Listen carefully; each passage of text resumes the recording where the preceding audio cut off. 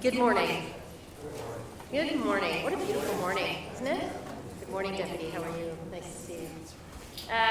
Bonjour, chers amis. Je suis ravie d'être ici avec vous tous. Mon nom est Eleanor McMahon. Je suis vice-présidente universitaire, relations universitaires à l'Université de Waterloo. Good morning, ladies and gentlemen. My name is Eleanor McMahon, and I'm the Vice President, University Relations at the University of Waterloo.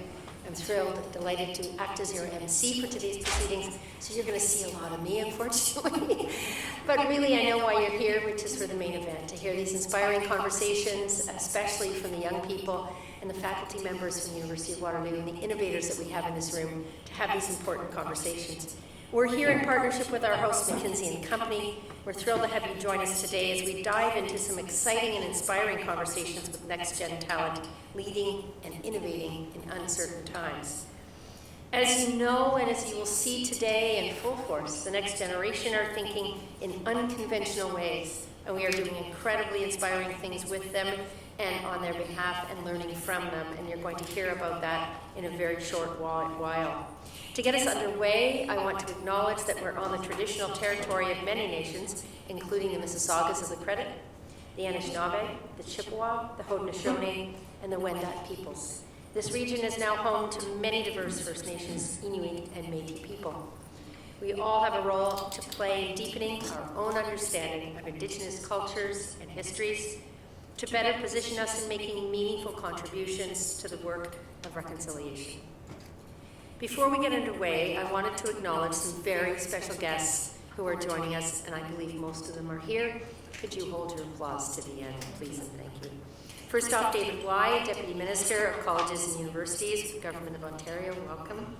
A special welcome as well to Dorothy McCabe, who I think is here. Is Dorothy here yet? Our Mayor of Waterloo, one of our significant champions. We're delighted. If she's not here, she'll be on her way. I suspect she's in traffic. That won't surprise any of us. I'm not looking at you, Deputy, by the way, as I say. Also joining us from our Board of Governors is Dan Weber, Senior Director of Innovation and Strategy of Apply Board, and of course Dominic Barton, our Chancellor and Chair for Rio Tinto and Leapfrog Investments, who you will hear from very shortly. Earlier this year, we were delighted to announce our incoming Chancellor, who is also with us today. We're delighted that he is. Jagdeep Singh Bakker, Chief Investment Officer of Regents University of California, who is here today. Welcome. As well, welcome to a few senior members of our institution and faculty. Mark Giesbrecht, Dean of Mathematics, Charmaine Dean, Vice President of Research, and Anoni Donaldson, Vice President of Advancement. Last and certainly not least, a big thank you to all of the alumni in the room for joining us and for your continued support. Our discussions today will recognize how, in an area of rapid economic, technological, and social shifts, the next generation are able to think critically, act responsibly, and collaborate with each other in a way that cultivates meaningful and successful work. It is our great hope and our intention that you will leave today's summit inspired and optimistic that our next generation of leaders are well positioned to address the disruptive shifts taking place around us. As we open our summit, I'm pleased to introduce Vivek Goel, the President and Vice Chancellor of the University of Waterloo, to provide some opening remarks. Please join me in welcoming President.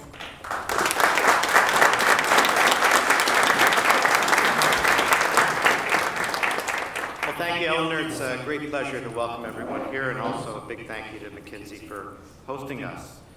I'm thrilled to welcome everyone to the 2024 Waterloo Innovation Summit. We're really excited about this opportunity to bring together business leaders, government leaders, innovators, researchers for important conversations with our next generation of talent. Today you're going to hear directly from current University of Waterloo students and alumni who represent the next generation of leaders. As a cohort, today's students are highly diverse, socially conscious, and are facing increasingly uncertain economic, technological, and societal futures. Any day you pick up the newspaper, it's very easy to get depressed thinking about everything going on in the world. But when I talk with our students and hear their energy, I know they're going to solve those big challenges that are out there. Our conversations today will provide insights into how this cohort of future talent is preparing to lead in uncertain times. Since our founding, the University of Waterloo has sought to uncover solutions to the most pressing, complex challenges facing humanity and our planet. As we look to our institution's future, we envision a community of curious, collaborative, innovative, and entrepreneurial problem solvers and leaders who seek to understand and identify equitable and sustainable solutions for the future of humanity and our planet. The students we are educating today will become tomorrow's workforce and leaders. How we develop, nurture, train, and retain this highly skilled future workforce is crucial to their success. What continues to set Waterloo apart is our connected approach to research and deep connections to employers and community partners that bolster learning opportunities for our students.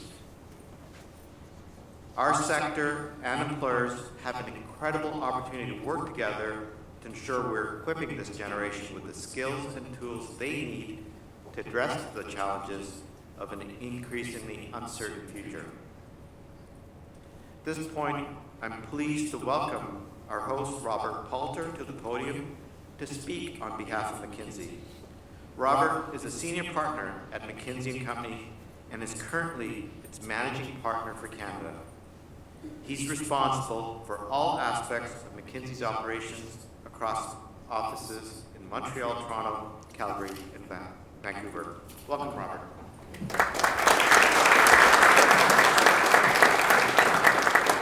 Good morning. Let me start by welcoming you all to McKinsey's Toronto office. I hope you enjoy it and you get a chance to look around and enjoy the architecture. It's an honor and a pleasure to welcome all of you here today. The Waterloo Innovation Summit is designed to bring together business, government, and academic leaders to engage in conversation with next generation talent who are driven to improve the world and innovate new pathways to success. As I read the description of the event, I was struck by how relevant this summit actually is. We're living in a very interesting time. On the one hand, governments, academia, and next generation leaders are driving more innovation and more change than we've seen at any time in history. Look how quickly generative AI has moved from the classroom to the boardroom to regulatory discussions in government. While this is all positive, I would say we're also living in a time where the relationship between these entities, particularly in Canada, is as strained as it's been for quite a while. Yet their ability to work together has never been more important for addressing the world's and Canada's issues. There are real strains with capitalism and its ability to improve society. Many people around the world have lost faith in government. Academia and freedom of thought and speech are under attack, and future leaders are facing a very uncertain future. I don't intend to depress, I'm just trying to set the boundaries for what this discussion is about. The topic of this conference is so important for the world we're living in. It's also worth noting that McKinsey has affirmed this is our mission. Every day we get up to work on these issues and make the world a better place. We have a place in our hearts for the mission you're on, and thus warmly welcome you into our building. I must confess that I'm slightly uncomfortable introducing Dominic Barton for a couple of reasons. Dom is a close friend. I've known Dom for 30 years. In fact, he was the person who called me and offered me my job at McKinsey. I'm deeply indebted to him for that. His one phone call changed my life immeasurably, and it's hard to express how grateful I am for that phone call. Second, he's been a partner of mine for over 20 years. He and I have collaborated on many initiatives and have incredibly fond memories of some of the crazy things that we've done over the years. And lastly, he's a mentor. He's helped me and guided me throughout my entire career, whether he knows it or not. He's a little angel sitting on my shoulder, and so I'm deeply grateful for that.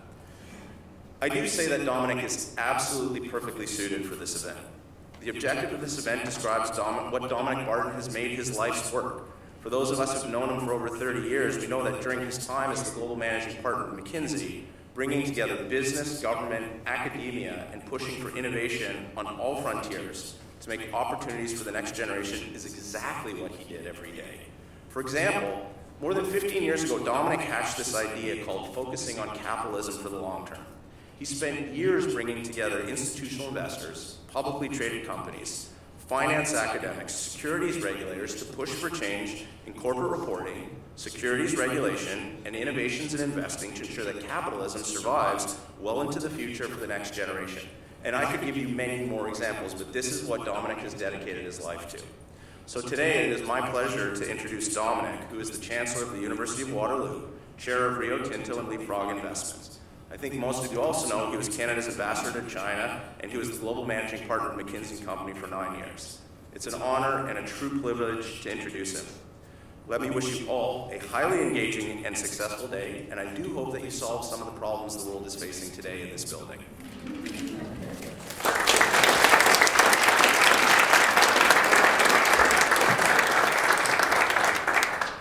Thank you very much, Rob, for those really wonderful over-the-top comments. I really appreciate it there. But it's also, I'm very excited to be here because for more than two reasons, but two core ones. One is that this is where effectively I started my career in Toronto at McKinsey. I didn't know what I wanted to do. I wanted to work at the World Bank. I wanted to work at the IMF. I wanted to work on significant issues. I got rejected by all those, not even a letter back from those institutions. And I came here to kind of try and figure out what I wanted to do. And the McKinsey platform has been unbelievable for that because it wants people to have high mission, to be curious, to collaborate and work. So just being back home here is very special to me. So Rob, thank you for hosting us here. And then secondly, being the Chancellor of Waterloo it has been a wonderful experience because this university, I think, epitomizes exactly what the world needs for dealing with these challenges today.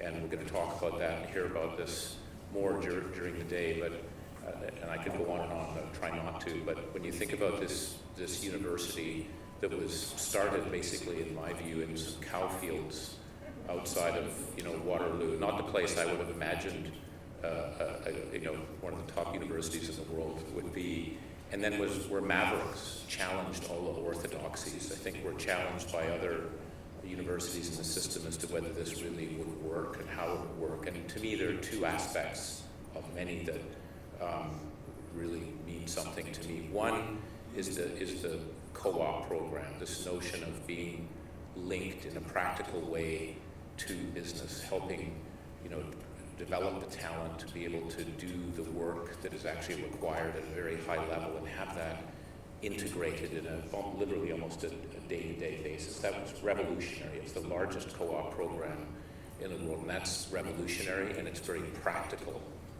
At the same time, this is a university that is in the leading edge on the pure research side. The doing the research just because you're curious with no view of it having any practicality at all. And I think that's why you saw people like Stephen Hawking and other when people have choices about where they want to affiliate, they come here because of that aspect, the pure research. So to have an institution that can basically hold those two together. Most people say you do one or the other. This does both. It's remarkable. And that's the leadership, it's the faculty, and it's the students. And we're going to see that today in the sessions that we have. I just wanted to make two other points. I mean, just building on what Rob was saying and Vivek on this time of change. I believe maybe the older I get, the more you think it's in history type of thing, but I'm now, as I get older, convinced that the changes that we're seeing in the world today are truly historic. And I actually think they're at least more than we've ever seen in 300 years. And it's the change in economic power and geopolitics that's shifting very quickly. It took about 500 years for the last shift in economic power from the east to the west. This is happening in about 40 years. Different areas of regions that are going to play more important roles of new globalization. It's happening very quickly.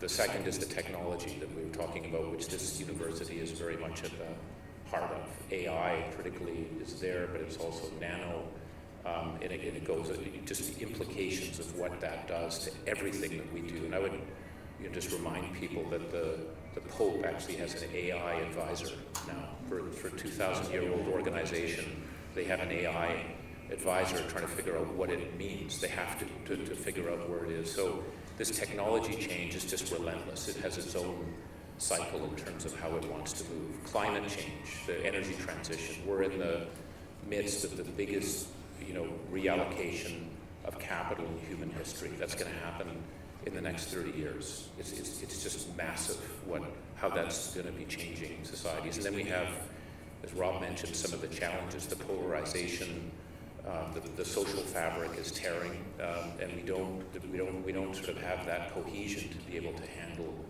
these changes. So it's a time of immense change, and I'm an optimist. As I said, I'm a frightened optimist. So I think we're going to get through this, but it's going to require institutions like Waterloo and forums like this, where we work together to figure out how we're going to navigate and work through it and be more long-term in terms of what we do to grapple with these issues and opportunities. Last point I would just make is one of Vivek's many leadership accomplishments that he's driven is he's got the university, and universities, I think, are probably the most challenging organizations of any to manage. That's maybe part of the strength, but I used to think McKinsey was that way. People used to say it's like herding cats. You can't really control. I think universities is kind of like a different level where you go to. And I just say that what Vivek has launched with the 5 global futures is a way to because all of these challenges and issues that we're facing need to have integrative views. It's very easy for us to be in silos. So even within the university, to be able to pull the thinking together and get that integrative thinking on these 5 global futures, I think is just another step kind of in this extraordinary institution of how it moves. And it's great that we're doing this here at McKinsey as well, which also challenges its orthodoxies all the time. And I have to say one thing, we're launching a podcast I'm basically the coffee boy in this podcast, but we're launching that today, and it's actually to talk to some of the people that are involved in these 5 areas to sort of get an understanding. It includes faculty, students, and others, and I think I just encourage you to listen to that as we go through it. But anyhow, I've droned on for too long here. Welcome, everyone. Looking forward to the sessions this morning. Thank you.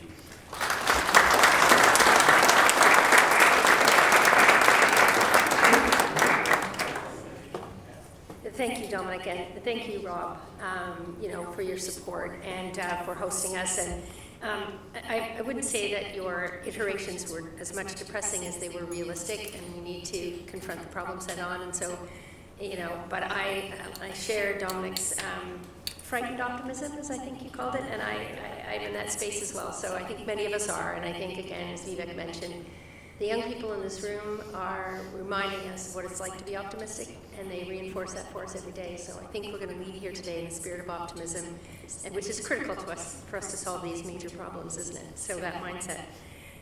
Thank you, Dominic, for your leadership as our Chancellor, for being with us. We look forward to your discussion with some entrepreneurs later this morning, young people who are shaping our future. I think Rob's comments in introducing you remind us that a successful career is one that features prominently a generosity of spirit, an ethos of mentorship, and a curious mindset. And those are central to tenets to leadership. So, a curious mindset really underpins the kind of innovation that we're talking about here. So we're grateful to you. And by the way, the World Bank and the IMF, their losses are gain. Can I just say? So a quick overview of how today is going to work. Our program will be composed of 3 panels where experts will connect with future leaders. As well, we will have a few speaker spotlights, both in person and in video format. And to kick us off, we're going to begin with the Associate Professor of Economics at the University of Waterloo, Joe Blitt. He studies, among other things, how disruptive technologies impact productivity and jobs. Important topics, always, but especially now. Joel regularly advises policymakers on innovation and is a senior fellow at CG, the Center for International Governance Innovation. Please join me in welcoming Dr. Joel Blitt.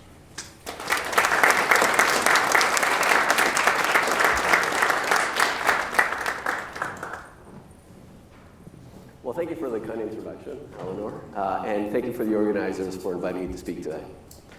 So I'm going to follow Rob's lead, and I'm going to start with a somewhat pessimistic fact, a sobering fact, and that is that Canada, of course, has an innovation, a productivity, and an economic growth gap. If we look around us today, all we hear about is the challenges around housing, the crisis in healthcare, the crisis in affordability for many Canadians, and now also the crisis in higher education, right, in terms of the deficits. And so one of the things it is real, right? I mean, if we look at, so the common thread in all this, of course, is that Canada does have a problem around economic growth. If you look at the G7 countries over the last 50 years, Canada's economic growth in terms of GDP per capita has been the lowest of all of these countries. So last night, I did a back-of-the-envelope calculation. If Canada, over the last 50 years, had grown at the rate of the average of the other G7 countries, then today we would have an extra $280 billion per year. Imagine what we could do with $280 billion. And so this is a real problem that Canada is facing. But today I don't want to focus on the challenges, on the past. I want to focus on the opportunities. And specifically, I want to focus on the opportunity to change the trajectory for our country. As people were saying earlier, we stand at a very special moment in time where there's a disruptive technology that is on the horizon, that is going to fundamentally shake the foundations of our economy and our society. And this is an opportunity for us to turn the page. Now, this technology I speak of course, is AI. What I want to do today in the next 18 minutes or so is I want to help you think about how this coming AI transformation is going to unfold. I want to talk about the opportunities that it's going to present and how we might be able to seize them. And I want to talk about the impact that it's probably going to have on skills, on people, on jobs. I want to start with a bit of a trip back into history. I want to talk about past general purpose technologies. These are technologies like the steam engine, like electricity, like computers. And these things all have three things in common, three characteristics. The first is that they are pervasive. And what I mean by that is that these are technologies that are not going to affect one sector, they're going to affect many sectors. They are subject to ongoing improvements, and what that means is that they're not fixed once and for all, they're constantly getting better and improving, and lastly, they're subject to innovation complementarities. And what that means is that there's other technologies developing alongside them that drive a strategic interaction. So for example, between computers and software. When you put all these things together, they imply two things. The first is that they are going to be transformational. The second is that it's going to take time to feel the full effects. Bill Gates agrees with me. I'm just going to jump through, wanted to point out that other smart people agree. But I'm going to jump through just in the interest of time.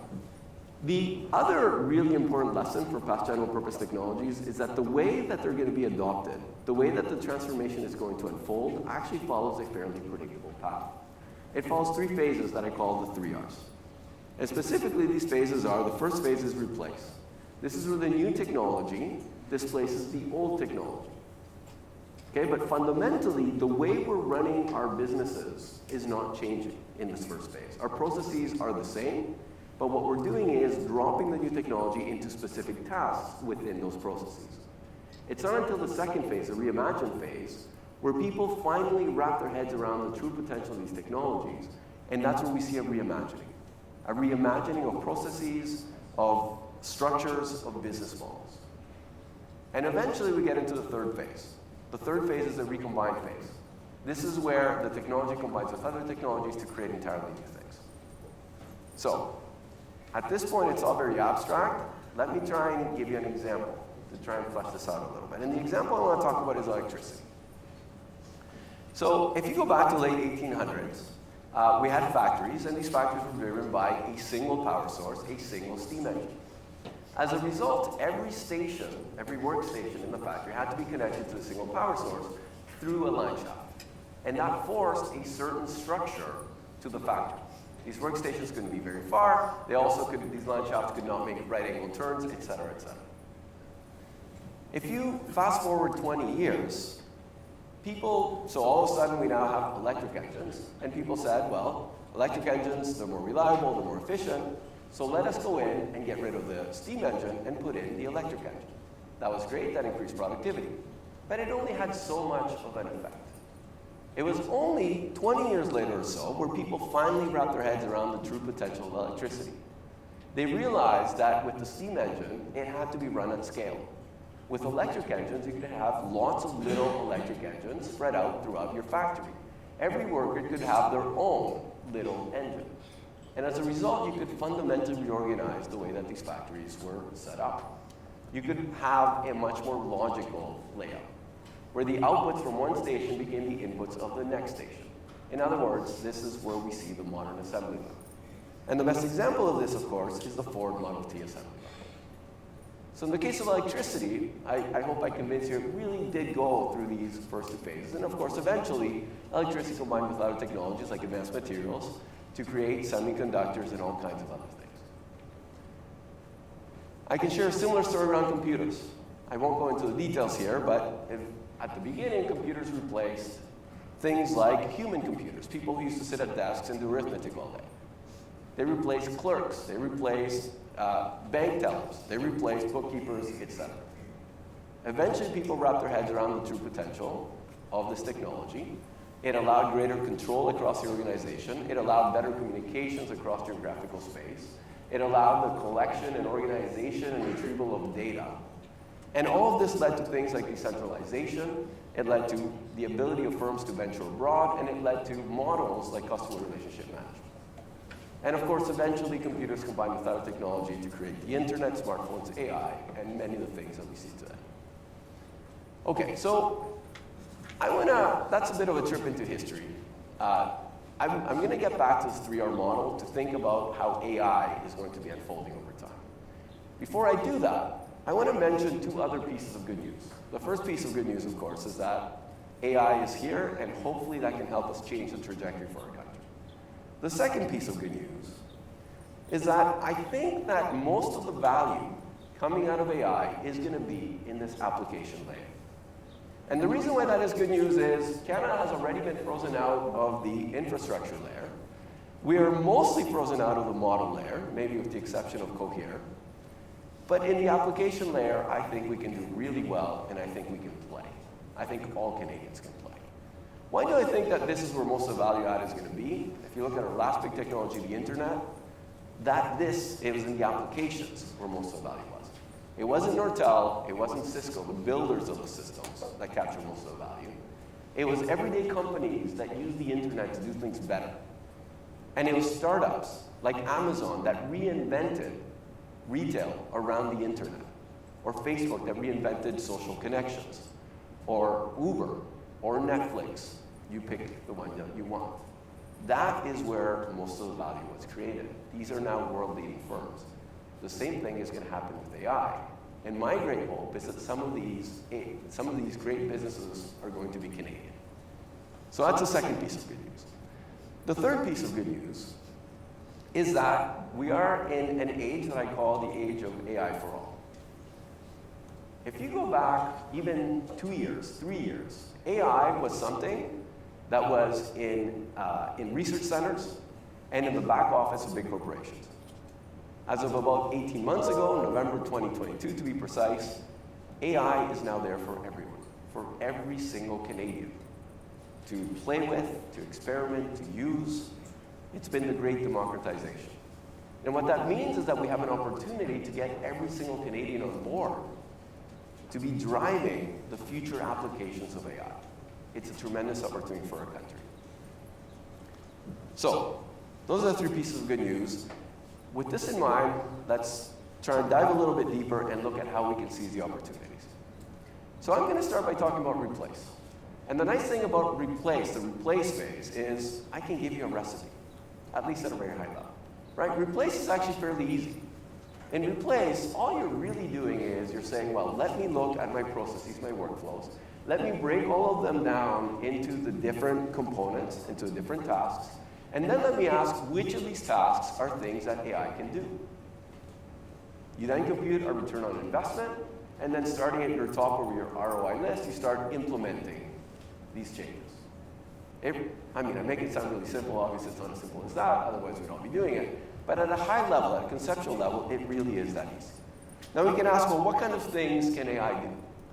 While it's very good at prediction, it's been good at prediction for a long time, and now with Gen AI, it's also very good at things like writing, like ideation, background research, coding, data analysis, image generation, and by the way, every week, new things are being added to this list. A couple of caveats here. The first is, I'm saying that we're replacing older technology, often humans. That is true, but it's actually a little more complicated than that, because what's going to happen is that humans are going to work with AI. AI is going to turbocharge it. But of course, if one person can now do 3 times more work in an hour, we may only need half as many people. So that's where some of the job losses are going to come in. Another caveat, which I think is really important, is I'm making it sound like this is something that's going to happen top-down. It's not. Some of it is going to happen top-down. But I was just mentioning the great democratization of this technology. And so a lot of this is going to happen from the bottom up.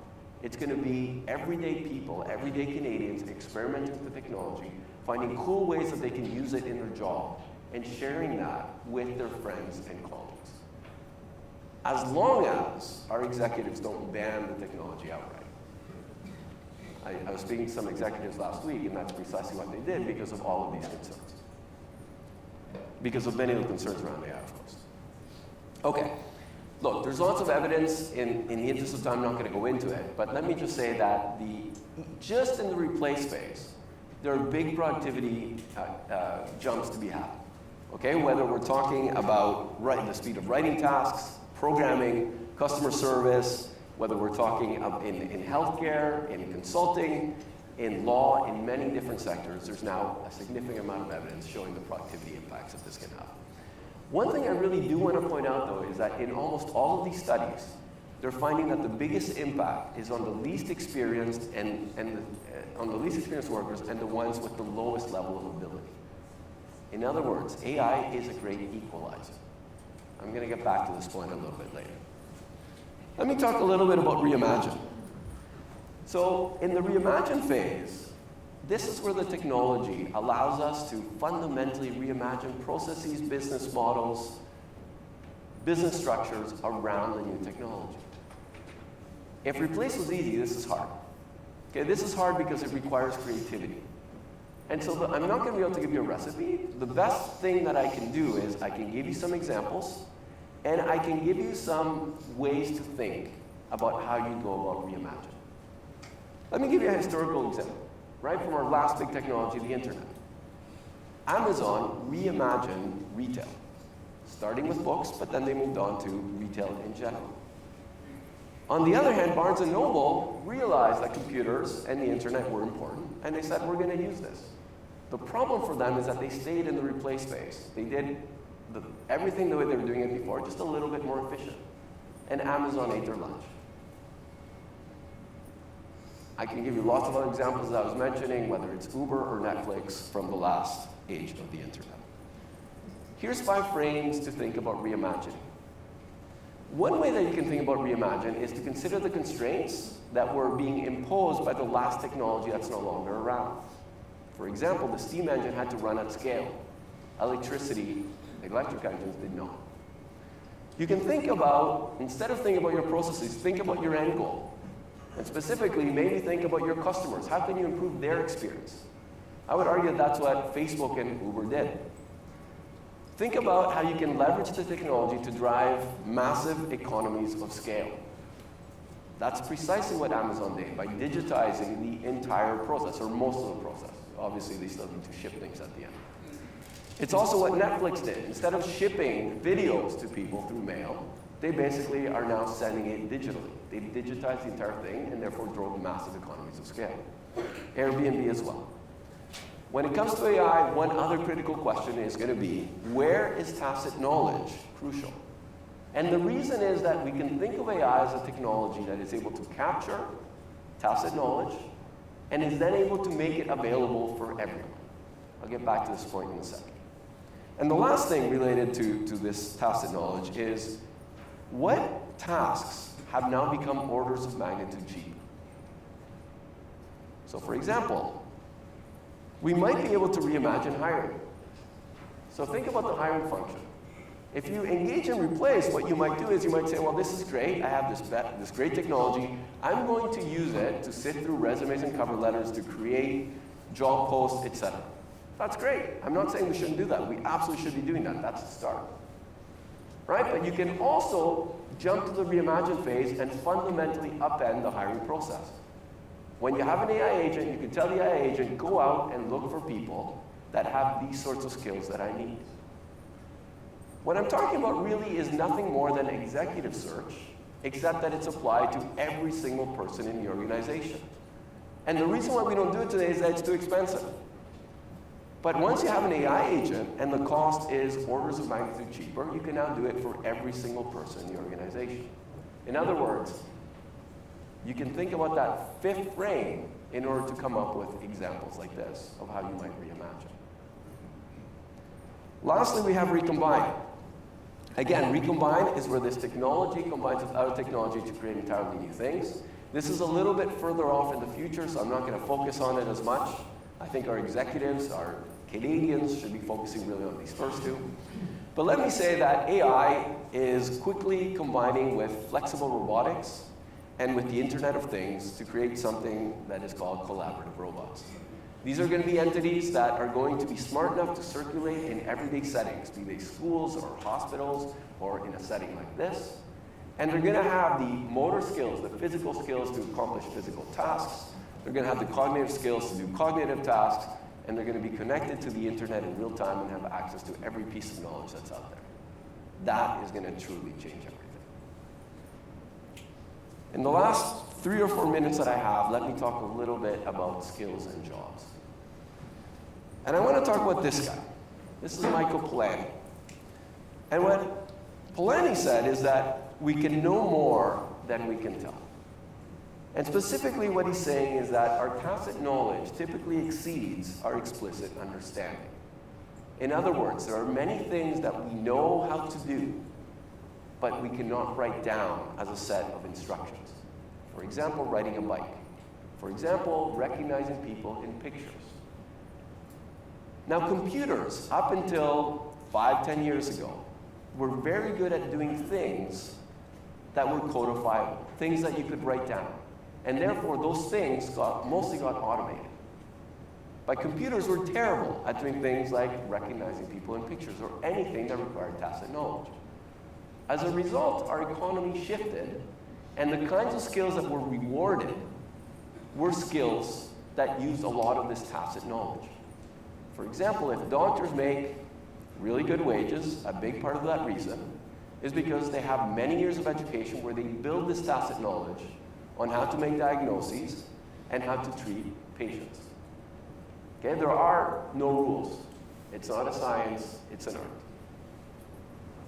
Until recently, computers were not able to capture this. With AI, all of this has changed. The reason why it has changed is that their approach is very different, right? An algorithm, an old-style algorithm would say, do this, then do that, then do the other thing. You'd have to codify everything. With AI, it's just learning from the data. It's observing what people do, and it's observing whether the outcome is good or bad. And therefore, it can capture this tacit knowledge. Once it captures this tacit knowledge, what can it do? It can share it with others. So what's going to happen is that those of us, so by the way, when we talk about AI and skills, the whole discussion is on how many jobs are going to be lost. It's much more nuanced than that. Right? What's going to happen, there are jobs that are going to be lost, to be certain, right? But it's much more nuanced. Those of us with strong cognitive skills and tacit knowledge may no longer enjoy as high a return to our skills in the age of AI. My wife is a family doctor. It is not going to be long before a nurse, or maybe a PSW, or maybe a counselor, armed with AI, is able to do most of her job. Now, this is going to be great for the nurses and the PSWs and the counselors. It's going to be less great for my wife. And along with my wife, there's all kinds of other white-collar workers, professors, senior business leaders, lawyers, accountants, et cetera, et cetera, et cetera. But it's going to bring tremendous benefits for society. The first is everything is going to become more affordable, right? We're going to have these drive massive productivity increases. And we're going to get lower wage people doing the work of higher wage people. But second, this could actually decrease inequality.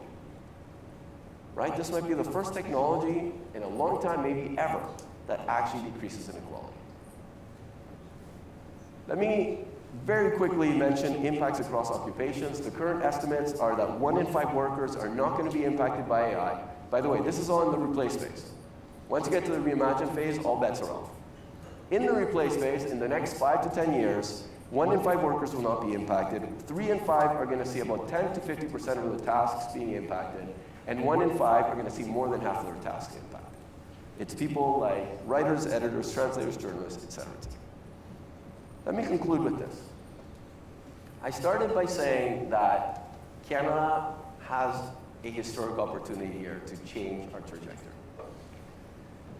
To do that, we're going to need lots of talent along many different dimensions. We're going to need researchers to develop the algorithms and to train the models. We're going to need executives to drive technology adoption and change. We're going to need government leaders to develop the regulatory frameworks and to provide the incentives sometimes to innovate. We're going to need entrepreneurs to reinvent entire industries. I hope that some of these future world-beating companies will be Canadian. But most importantly of all, we're going to need every Canadian on board. We're going to need every worker to experiment with this technology, to learn about it, to get excited by it, and to see what it can do to get on board. And I think especially, I hope that the next generation will get on board. Now, I think what we'll see in the coming sessions, we'll hear from that next generation, and I think you'll see that we're in very good hands. Thank you.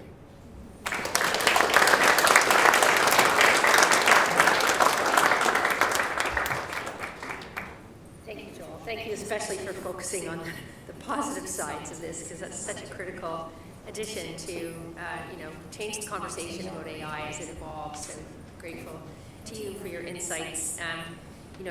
Particularly what struck me was your comments about the turbocharging power of AI. I love that. The transformation, the democratization of technology, also an important point that you made. And the opportunities for us to leverage our knowledge, our talents, our skills and abilities to harness AI in positive ways. There's power in that, and it's really positive power. And I know as we get on with our day, we'll be grateful as we look back at how you got it started. So thank you for that. So I'd like to draw your attention to the screen for our first spotlight on Gen Z talent.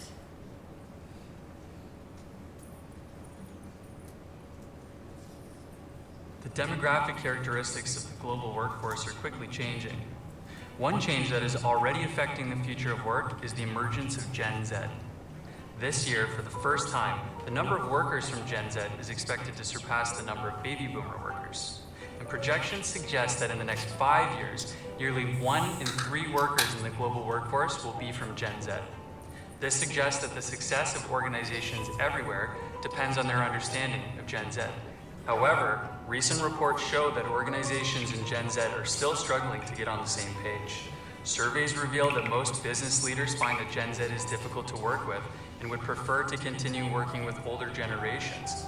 Other reports indicate that more than half of Gen Z workers are stressed out by their work and plan to leave their jobs in the near future.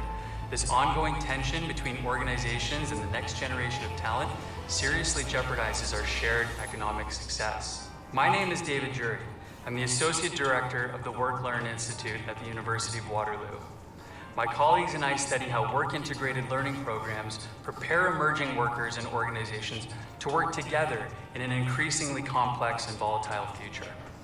We explore the ways in which work-integrated learning programs, like co-ops and internships, help students develop talent and transition into the labor market. We also look at how those educational models help employers access novel sources of talent. As part of our research, we surveyed over 2,000 Gen Z co-op students about their work values. Work values represent the importance that individuals attach to various job or employer qualities. For instance, while some individuals place great importance on financial rewards, others deeply value opportunities for social impact. In this line of study, our aim has been to uncover the needs, desires, and expectations of Gen Z so that organizations are prepared to welcome this next generation into the workforce. One of the key findings from our research is that offering training and development is essential. Of all the organizational characteristics we presented to participants, including organizational prestige, commitment to sustainability, and a culture that values diversity, training and development emerged as the most important characteristic.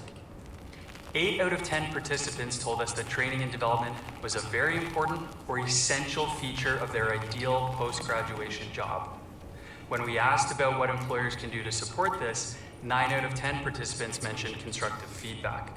This seems obvious, but our research on supervision in the workplace suggests that giving feedback is challenging for most managers, and very few receive training on how to give good feedback. Our survey data also revealed that work-life balance was the most essential job attribute for Gen Z.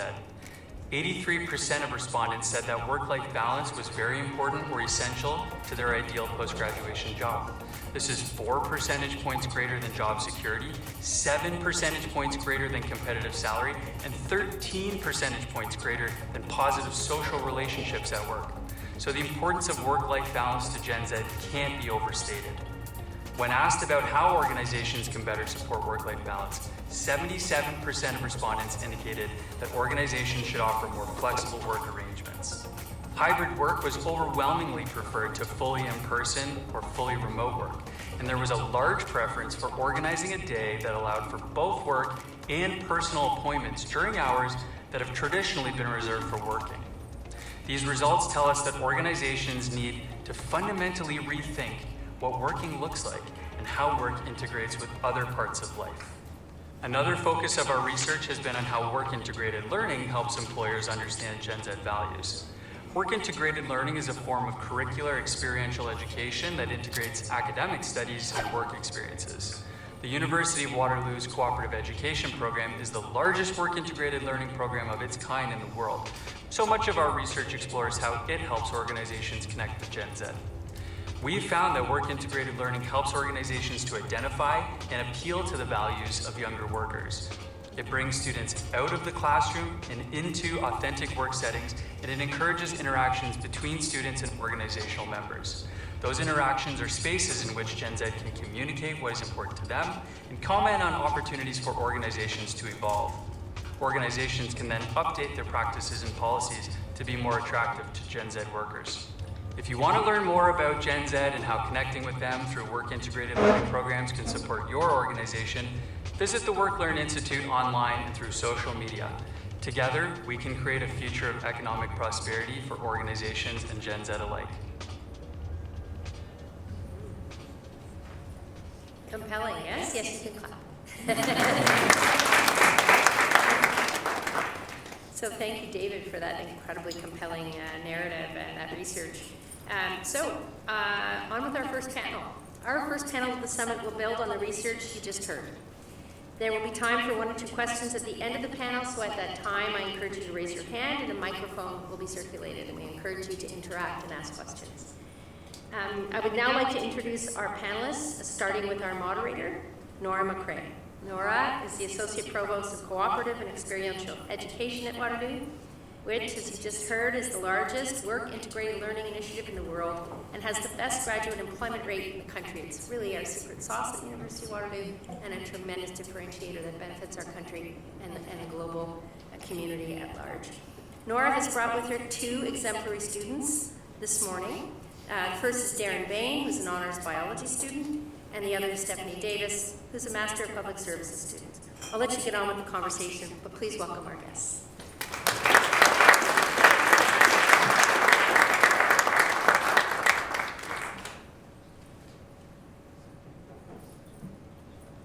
Welcome. Well, good morning, everyone. It's lovely to be here, and thank you for the kind introduction. And it's great to follow up on the words of Joelle and Dominique and Vivek as well. We have lots to talk about, I think, to build upon. The video from Dave, Dr. Dave Drury, who's part of the Work Learn Institute, which is one of the units at Cooperative and Experiential Education, does some really terrific research, and you read a little bit or heard a little bit about that today. And what I want to talk about with our exemplary students this morning is building on some of that concepts about what does Gen Z value and why is that important, and why should you as representatives from industry and other sectors of our society care about that. And I think why you should care is based on the comments that were made by Dominic and Vivek. We have challenging future that we are living in right now, that we are experiencing and will be experiencing, volatile, uncertain, complex, ambiguous. And we are graduating young people who need to navigate very difficult times, and we need them to be prepared to do it well and to do it in a way that's full of optimism, even if it's frightened. Is that optimism? I don't know what that is. Sounds a bit like Frogurt. Anyway, and I think that what we try to do in co-op programs and other forms of work integrated learning is not only talk about the skills students need to be successful, but also helping them understand and reflect upon what would purposeful work mean. Because through finding purpose and meaning in one's work, and that's the combination of what are the values, what is it that I am capable of doing or want to do, how do I put my talents to bear, what are the needs of the future, the 5 futures, for example, what does the world need of me and how am I going to engage? By answering those 4 questions and reflecting on those things, students start to get clarity on what is purposeful. And purpose is really important, because with purpose, one can navigate a lot of uncertainty. That if there are things coming at you, instead of despairing and becoming depressed or despondent, you actually develop resiliency and agency, which is what we want. And you combine the resiliency and agency with the wonderful academic programs we have at the University of Waterloo, the ability of our students to work in workplaces all over the globe, and we certainly would encourage any of you in the room to consider hiring them. And also, not just hiring them, obviously, but as based on the comments from Dave, really opening up the community and the environment in which they're working to put their best talents to work. Allow those values to flourish and allow them to really provide the contributions to your workplaces in ways that you've never been able to before. And a lot of that is due to tech and tech adoption and the fact that this generation can teach us a lot about that, and we need to open those doors for them. So without further ado, shall we get started? Yeah? Okay. Good. So we have some introductions to get going on, and I will introduce our panelists. Okay, starting with Stephanie. Stephanie has just completed her Master of Public Service at the University of Waterloo. Stephanie is passionate about the public sector and working in government. She spent 2 work terms at the Ministry of Indigenous Affairs, supporting their strategic planning and economic policy branch. She's worked in many other departments across the government, which we'll cover during the panel. She currently works as a policy advisor with the Transit Delivery Office at the Ontario Ministry of Transportation, supporting the delivery of priority transit projects. Thank you for being here, Stephanie. Thank you, Nora. Darren is an honours biology student, and he is currently on a work term with Canada's Children's Hospital Foundation. Outside of his academics, Darren is the founder of the Young Eye Initiative, which represents the needs, interests, and aspirations of young people. We'll hear about the initiative, foundation, and more from Darren. So please, let's get into the questions. All right, so I'm going to start with you, Stephanie. How has your co-op experience, or the ones that you had during your degree, helped you identify your values and how you want to make an impact in the world? You can start, and then Darren, you can come that question. So for me, thinking about my values is something that is really important to me as a person, and something that I do in my own personal growth. So I will say also, I'm also an older student, so I've had a little bit more time to figure that out. So when I got to the Ministry of Indigenous Affairs, I had a pretty set idea of what my values are, but what I would say that my co-op position did was really help me think about how I can make those values actionable, especially in public service, in government, and in the field of Indigenous relations, which is a fantastic field that I look forward to continuing to contribute to in my career. So for me, it was obviously, yes, making an impact in the work that we do, working with partners, looking forward at the different land claim agreements being negotiated, looking at this relationship, this settler-Indigenous relationship, this relationship that the Crown has with the many nations of Turtle Island. But also, who am I when I show up at work? Who am I to my colleagues? Who am I to my manager? Who am I to my assistant deputy minister? Who am I to my fellow policy advisors? So this position really taught me about my personal values in terms of how I want to show up for my colleague and what kind of person I want to be at work and in the world. And that for me is, being an accountable colleague, being an empathetic colleague, being a communicative colleague, and being a forward-thinking colleague as well. Working in the strategic planning and economic policy branch really kind of got me thinking about, well, not only what is the future of Indigenous relations work as a whole, what is the future of the ministry, its structure. The Ministry of Indigenous Affairs is a very small ministry of 150 people who do the work of 300 to 500 people. It's a very intense and wonderful place to work, but in order to do that and to deliver, we need to live out our values, number one, but number two, we need to show up and show up for each other. So I would definitely say that my co-op experience really helped me with like that relationship management piece with my colleagues, relationship cultivation, and ultimately just, thinking about what mentorship looks like.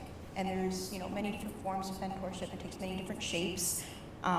You can be mentored by someone who's, at your same level, a fellow policy advisor. It doesn't have to be someone necessarily taking a top-down approach, right? So that's kind of ultimately what I would say was the takeaway for me.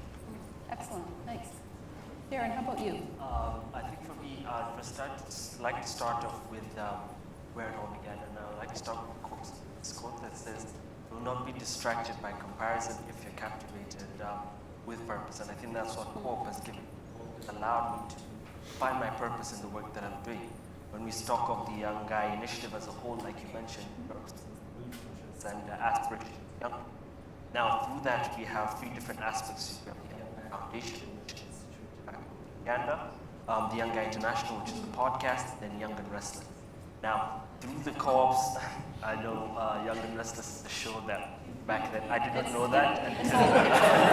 Don't worry about it. I did not know that until we started it. So when we look at the Young Guy Initiative and me mentioning the fact that I've found my purpose through these co-ops, the way I mentioned that is through my first co-op working at Waterloo International, being part of the organization that brings partners and connects different institutions with the University of Waterloo, made me understand the basics behind how to build international partners. And what I did is learn from those experiences through that mentorship and then put it into what we now have as the Young Guy International, which is a podcast that creates a socially connected world by diving deep into different conversations with young people. So an experience like that taught me how best to connect with people from across the world and into their knowledge. At the end of the day, trying to create this podcast that hopefully at the end of the day was created to support the work that the foundation did. Then throughout that, I did my second co-op at Canada's Children's Hospital Foundation, and one of my managers is here, Sherry Joy Hughes, Director of Corporate Partnerships. But I took a huge risk, and this is something I've not told anyone. I didn't even tell my parents about it. The reason I went to Canada's Children's Hospital Foundation was not primarily because of pay. At the time, I had two different jobs. One was Canada's Children's Hospital Foundation that was giving me a pay that was less than a different job. But in terms of what Canada's Children's Hospital Foundation was giving me, in terms of it being a non-profit, one of the biggest here in Canada, and the lessons that I could pick from it, that I could extrapolate and put into the work the Young Guy Foundation as a non-profit is doing in Uganda, was something that pulled me to it. And being part of an experience like that, being part of different mentors has sort of helped me find ways in which we can create solutions for the foundation in unique ways. And I think that whole experience has shaped and helped me identify my purpose. And I think it's helping me create this impact in the world that now I begin to see exactly where it's going. And I think I give kudos to the University of Waterloo for giving me and many co-op students this opportunity to go out there, get these experiences, and not from an ulterior perspective, but sometimes from a selfish point of view, to take in these ideologies and implement them with the things that we're doing and where we eventually want to. That's lovely. So two really good examples, actually, of very, very different examples of your trajectory. But again, having the opportunity to gain those capabilities and get that clarity on where you want that to take you, both as a person and also in your own career journey. So that's really great. Thank you. All right. Now, is it just me or is this feedbacky? Might just be me. I don't know. Okay, we've touched on some of the influential lessons you've learned, but I want to go into this conversation about AI a little bit. We heard from Joelle about AI and how exciting the possibilities are and the potential for the country. And I think it's going to be really important for our co-op students to have that understanding of what AI is all about, maybe some skills. I think as part of how we get all Canadians involved in AI, I think having young people who have that capability to help with AI adoption is going to be a really important strategy for industry. That doesn't mean that that's going to be easy. So, Stephanie, what are your thoughts? Love that you started with me because Yeah, you know the point I'm going to I thought make. you'd be okay with that. Well, Joel, you had me at the word replace, I'm not gonna lie. As a public servant, and who also has a background in history and criminology, I come from fields where, you know, the conversation about that is only sort of just starting or hasn't been a very fulsome one. So like, I don't have like a great technological background, I don't have a fantastic understanding of AI myself. So the way I would be learning about it is through my workplace. And AI in the public service and integrating it and what that looks like has been a very interesting and complicated conversation at both the federal and the provincial level, one that I continue to monitor and take interest in as it will affect my work. But I'm quite weary, and I think before we even, you know, get to, you know, our 3 steps here, I want to go back and think about governance. I want to go back and think about equity. I want to go back and think about frameworks. Because if we're going to be implementing this, first of all, what kind of technology are we implementing?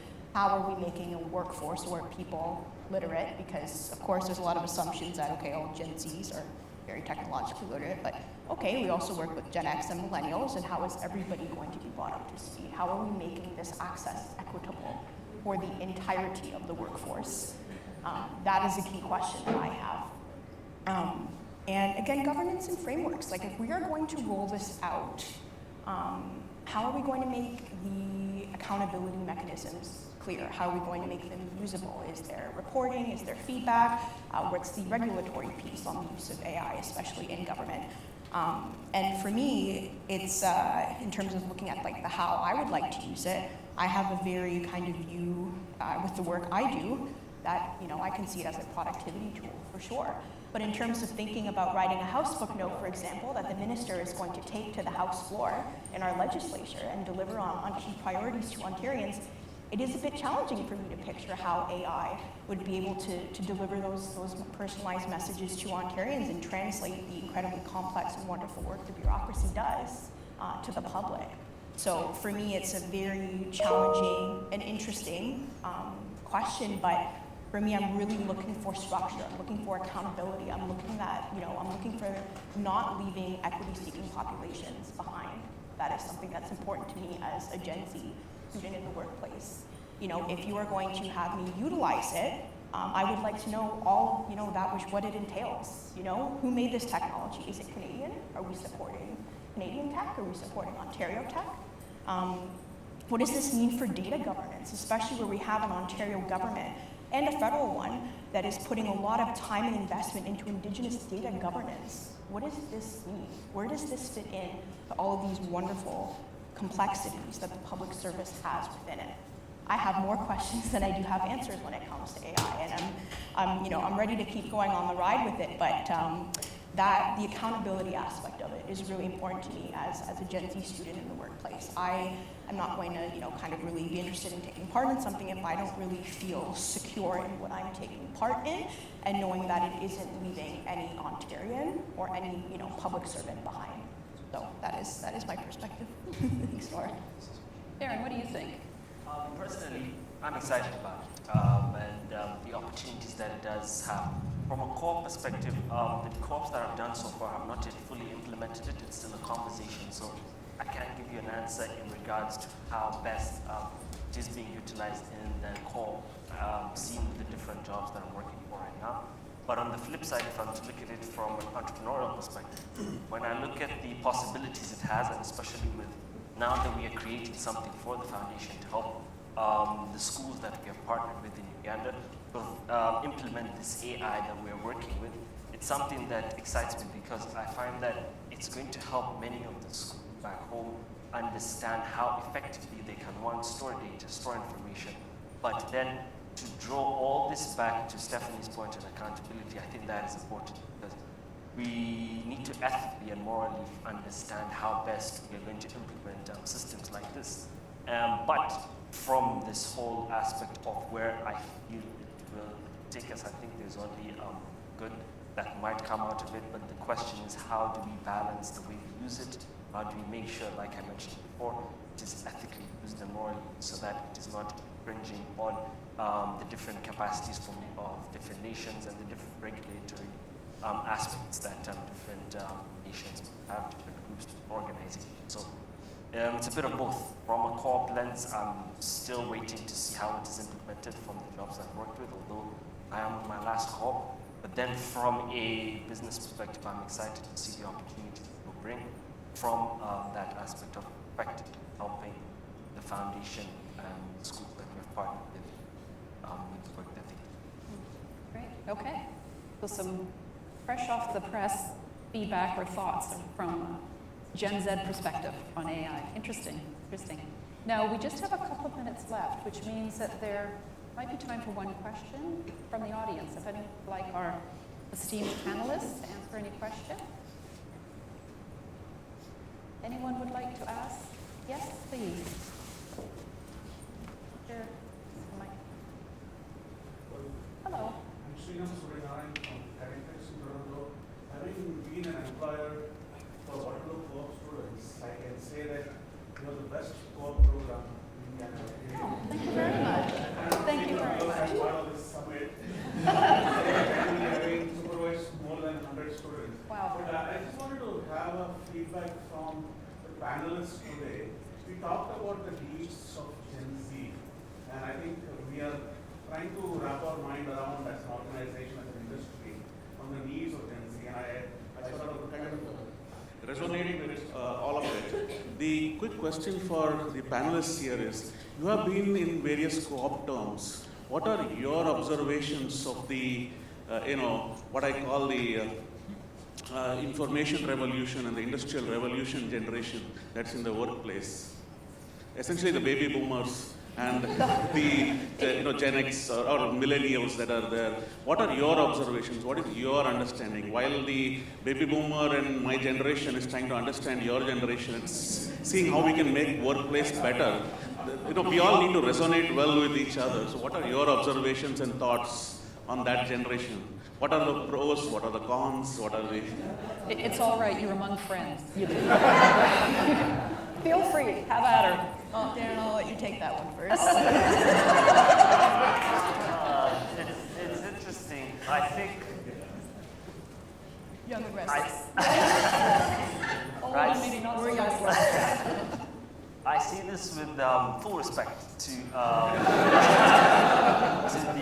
the generations that have come before us, and I say at times it can be relatively difficult to sort of share what we as Gen Z sort of have in mind for certain things and ways in which certain processes can run.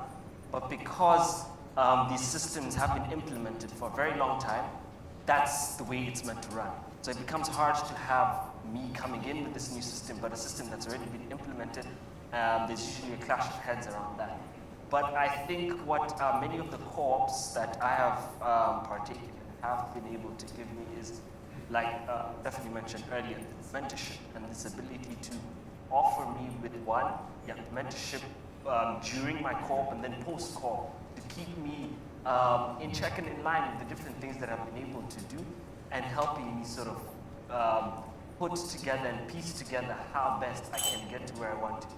So these co-ops I think are very valuable in that sense, and I had an interview and he mentioned that it is great to have co-ops from different organizations.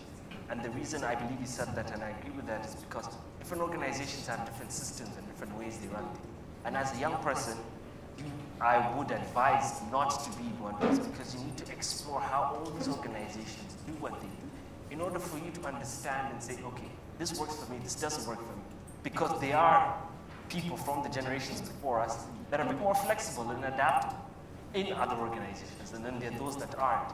And allowing yourselves to be in those spaces, I think, provides you the platform to learn a bit more, and you're able to take in the different things that you're taught into, again, from a personal perspective, the work that I do. Very good. So I think we may wrap up there, unless you had something you'd wanted to add? Stephanie, are you okay? Yeah, I mean, I would say first of all, like I owe my taste in music to baby boomers, so I'm very grateful to them. Both my parents are boomers, my sister's a millennial, so lots of good relationships across the board. But for me, like, you know, the mentorship from baby boomers and from anyone older really is invaluable. Everybody in the workplace has something to offer, but especially for the folks in the bureaucracy that have been working in it for a really long time, that's an invaluable perspective. They've seen tons of governments come and go. They've seen immense workforce changes. It's invaluable. So I think there are some attitudinal differences and there might be resistance to change, but that's also up to organizational culture. So as much as it is about the culture of your generation, it's also about how that intersects with the culture of your organization. In government, that's really interesting because we have the culture of whoever's in power, the whole government, but then we have ministerial culture. Within that, we have divisional culture. Within that, we have branch culture. Within that, we have unit culture. There's a lot of culture in government. And so with that, seeing those intersections is super invaluable. So I would say I have a lot of respect and I seek out a lot of mentorship because of that experience. So. Yeah, it's excellent. Excellent answer to a very good question. And I think the bottom line is we all have a lot to learn from each other. And the more we're open to that, the better we'll all be off. Yeah? Excellent. Thank you very much.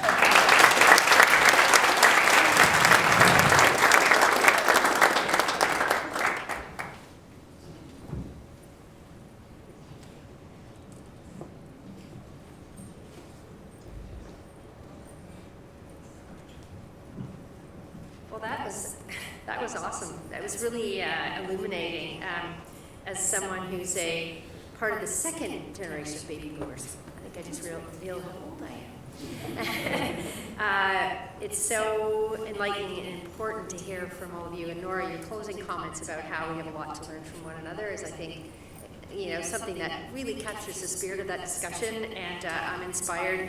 The comments, one of the things that stood out for me, Darren and Stephanie, when you said, I have more questions than answers. And I think that's okay. And, it's really going to help us get there. We have to ask those important questions first before we can move to solving them. And your points about that are really well taken. So thank you very much. And of course, we do have officials from government in the room, and as someone who had the privilege of public service, I know that government needs good partners. And we need people like you, Stephanie and Darren. So really keep on doing what you're doing and asking those important questions. And thank you again, Nora, for your conversation. So we're coming up to break, but before we do, we have one more spotlight feature. Please welcome Helen Huang and Shifume Oshinaike. They are the co-founders of CoLab, and you're going to watch a video from them. Are we not? Are we going to have an in-person contribution from you? Lovely. Come on up. Come on up.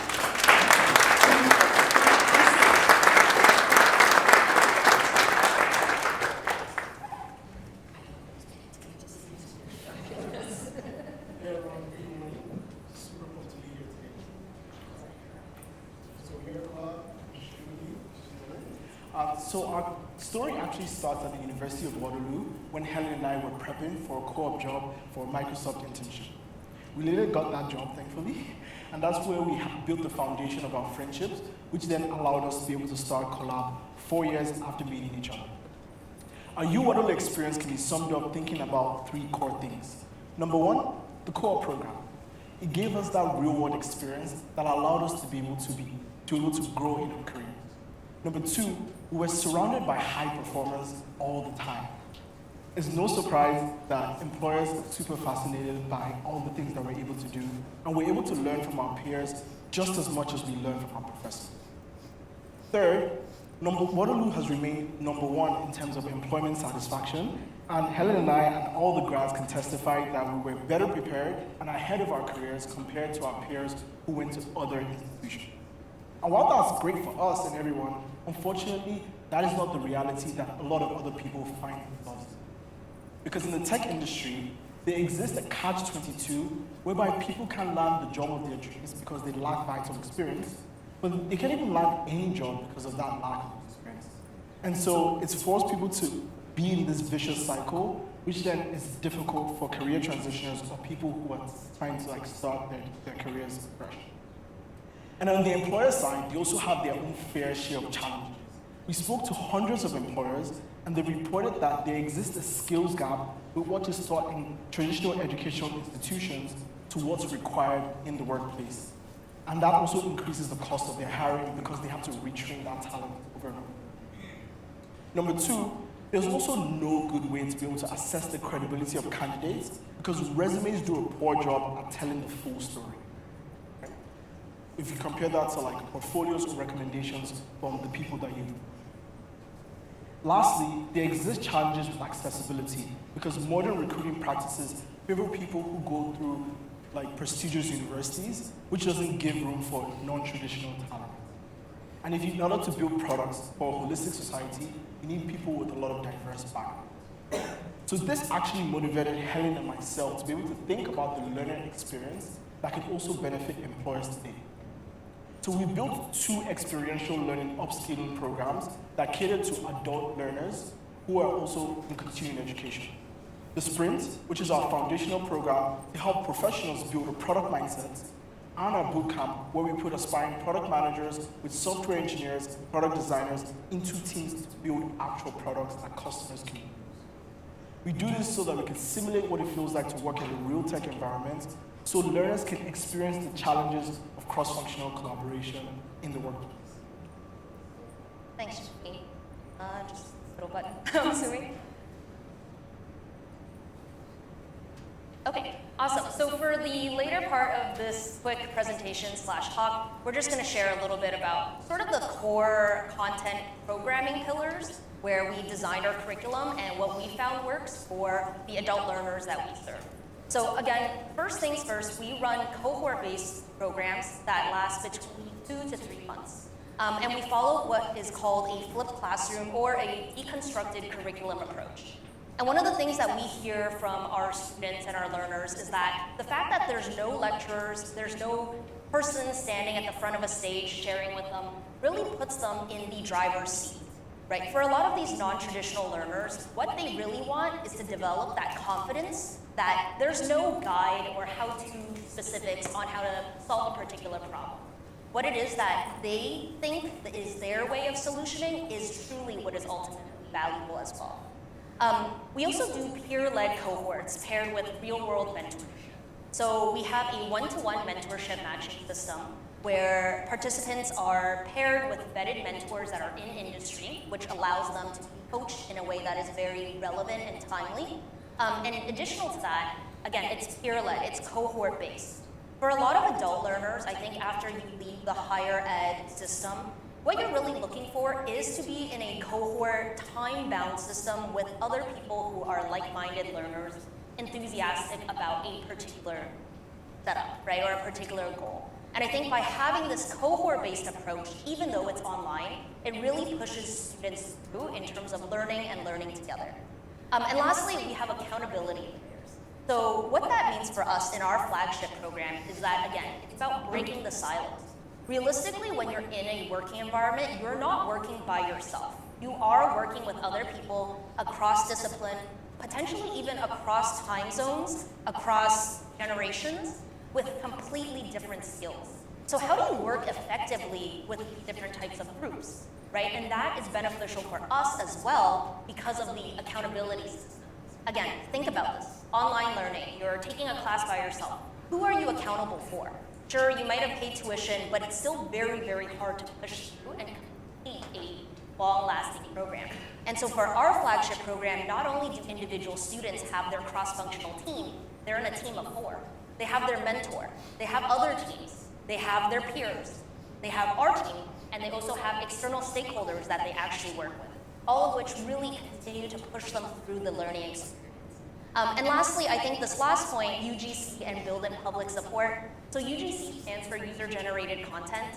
And nowadays, a lot of students, learners, regardless of age, they're looking for ways to stand out when it comes to career switching or landing that first job in tech, right? So how are you meant to stand out? As part of our program, again, every week you have weekly submissions, and as part of those weekly submissions, you're actually pushing them to the internet. You're creating portfolios where people can actually see what you've learned as you're learning. The whole point is that it gets you beyond just a resume that you see at the end of your learning experience. Instead, this is a way for people to really understand your way of thinking, how you're working with others, and showcasing the behind the scenes of what it'll actually feel like to work with you in a work environment. Now, one of the most interesting things, I think, again, that we feel passionate about is just truly diversity of thought in the work. And so it's really exciting to say that we have an 89% of our learners identifying as Black, Indigenous, people of color, as well as an over 50% identifying as women. Additional to that, though, last thing on this slide, is that it's scalable for us. Again, this low-lift, deconstructed curriculum, putting learners in the driver's seat and attaching the concept of lecturers really helps us be able to scale, especially as a small team.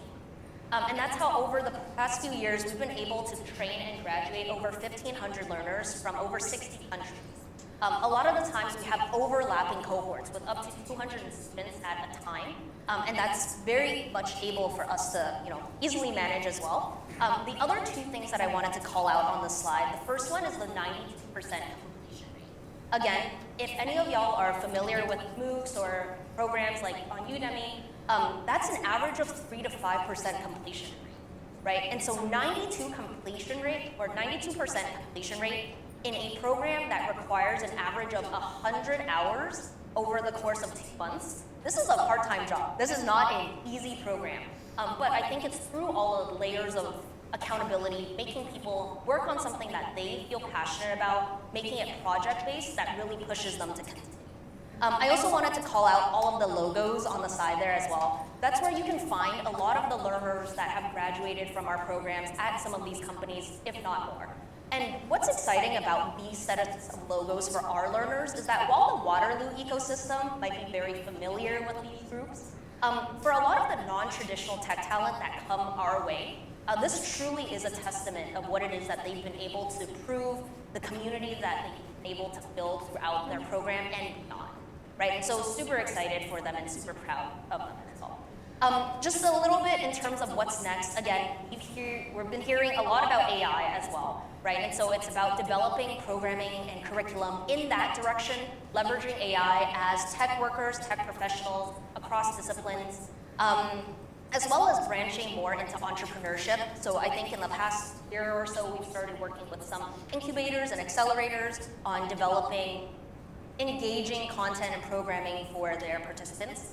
We've also started doing a few B2B aspects as well. There's a lot of companies that are interested in our matching algorithm in terms of how we're putting teams together, how we're forming team cohesion, especially when working remotely. And lastly, last year we started a government initiative where we're training up to 500 Black Canadians in tech, and that's something we expect and are excited to continue as well moving forward. So just to wrap up, again, I think ultimately we chatted about a lot. There's a lot that we're passionate about in this space of learning by doing, technology, accessibility. But truthfully, at the end of the day, whatever skills that we teach, the skills that are hardest to teach individuals is the confidence. It's the problem solving.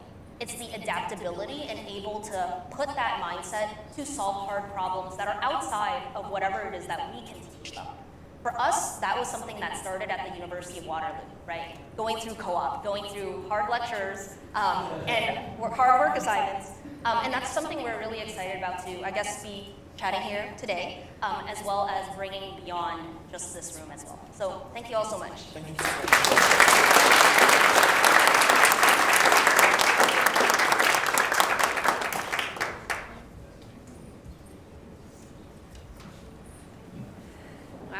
Cool was that? Very cool. Very interesting. Thank you so much, both of you. It was really, really, really exciting. So it is time for our networking break. A few quick housekeeping items for you. The restrooms as you exit the room on your left. You have 20 minutes. We want to give you plenty of time to network, but we are on a bit of a time schedule, so I'm going to impose on you to be back here by, if we can, 10:45. Okay, everyone? So happy networking. Bio break, and we'll see you back here.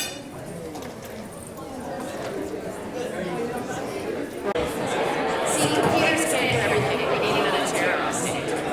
Well, maybe robots can. We need another chair on stage. Oh, thanks. Well, while we're getting organized, can I just get a round of applause for the fabulous event team and the staff at the University of Waterloo who worked so hard to put this together. Thank you. Perfect example. example is Jane on the stage helping to add another chair. So thank you so much, Jane. So I hope I can see that just from listening in that you've had some valuable connections during the break and stimulating conversations. The next speaker, let me introduce him. I want to welcome Ben Graham, who's the manager of the Problem Lab at Velocity. I was asking Ben about the Problem Lab. I said, why don't you call it the Solutions Lab? And he said, oh, Eleanor, that's a conversation over coffee. So we're going to have that conversation. But I'm really interested and excited to hear from Ben, as I know you all are. He's going to spotlight for us how the Velocity is laying the foundation of an innovative mindset with our students. Please join me in welcoming Ben to the stage.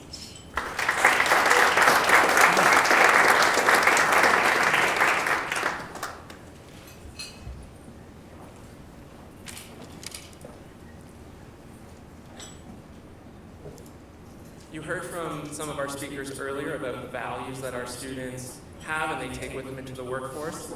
And what we know from our students is that they are highly motivated by the opportunities to work on complex problems where they can have a significant impact. And my experience working with students confirms what we're hearing. And in my first conversations with a new student, I'll typically hear them say something to the effect of, I'm interested in this. This past week it was biosensors, architecture, and healthcare and 3D printing. And I want to make an impact, but how do I do that? My answer to them is always find an important problem to solve. Now, students receive a lot of training when it comes to solving well-defined problems. And you know these ones. They fit nicely into well-written paragraphs on an assignment or an exam. But as you in the room here today know, those kinds of complex challenges that have impacted your industries don't fit in nicely written paragraphs. They're ill-defined, they come with incomplete and contradictory information, they have changing context, and they require critical thinking in order to get to the root causes. And this is where entrepreneurs can thrive. They can work through the ambiguity, and they can find these solutions to these challenges. And our educational institutions are evolving to train this kind of thinking. By focusing students on understanding complex problems, they can learn the skills needed to have that significant impact that they desire and create more effective and scalable solutions. And when I speak with students for a few moments, I can already tell how passionate they are about new technologies, entire industries, and the wicked problems that impact all of us, like climate change. And this is where our Velocity Foundations program steps in, and we can meet students where they are. So in our first version of the program that you can see here, we titled it the Happiness Project, and we focused on mental health and wellness in young people. Not because the news was confirming it or the CDC reports that were coming out. It was because in one semester, 5 different teams of students came to me, all trying to solve this problem. And they all had similar ideas. They had all built apps. Yet in talking to them, they all described the problem very differently. None of them truly understood the problem they were trying to solve. So it was clear to me that students needed some help, some training, and practice going through the stages of ideation, stakeholder discussions, and validation. And through Foundations, they were able to work collaboratively, crowdsource insights from their peers, and the information that they thought they knew when they started was challenged as we dug deeper into the problem space. And while engaging with the stakeholders that we brought in, students learned how to ask great questions that allowed them to dig deeper into their chosen problem space. Questions like, what kind of actions can we take to the spaces that we design that help foster a sense of belonging? What kind of actions, what kind of methods of communication impact the type of connections that two people feel towards one another? And this led to a vast array of novel solutions to address the unique challenges affecting mental health and well-being among young people. And this same mindset that led students to these solutions can be applied to any other problem space that they choose. Case in point, you can see in our second iteration of our program, which we titled Art in the Age of AI, it was a completely different area for mental health, yet we focused on the same skills and practices. And the founders developed this market-focused mindset, and they understood that market validation was not only critical, but it needed to be happening prior to ever building a solution. And this means that our students were out there, they were engaging with stakeholders, they were talking to subject matter experts, and people with first-hand experience with these problems to better understand them. And they were resilient when they came up against incomplete information, and they were surrounded by ambiguity because they were driven to get to the root of the complex challenges that they were already passionate about. So by asking the right questions and finding the insights that others have missed, founders can overcome the market risk by building the right solution that customers not only need, but want to use. Now, can you imagine an undergraduate student securing a meeting with the partner of a law firm, and in that meeting asking them a question like, how can they ensure the outputs from their AI platform are considered transformative and therefore likely exempt from copyright infringement? That actually happened this past semester in Art in the Age of AI. So imagine these students in your organizations asking the questions and others that others don't consider, and validating what we think we know and what we don't know. The students know we all need to challenge our assumptions and perceptions if we're to have a hope of truly understanding our most complex challenges. These are the people that we need in our organizations, and these are the people that we need running new ventures in the future. Thank you.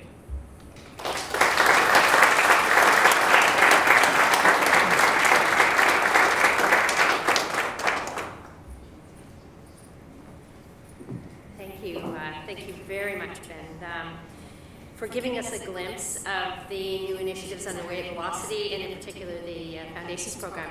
Really pleased to learn about that. So our next panel will shine a bright light on some of the companies coming out of Velocity. Moderating this panel is Dominic Barton. Dominic is joined by some amazing entrepreneurs who are making the world around us a better place. They are Kelly Zhang, co-founder of Coastal Carbon, Miral Kabir, the co-founder of Safi, and Christy Lee, the co-founder of Patient Companion. Please join me in welcoming Dominic, Kelly, Miral, and Christy to the stage.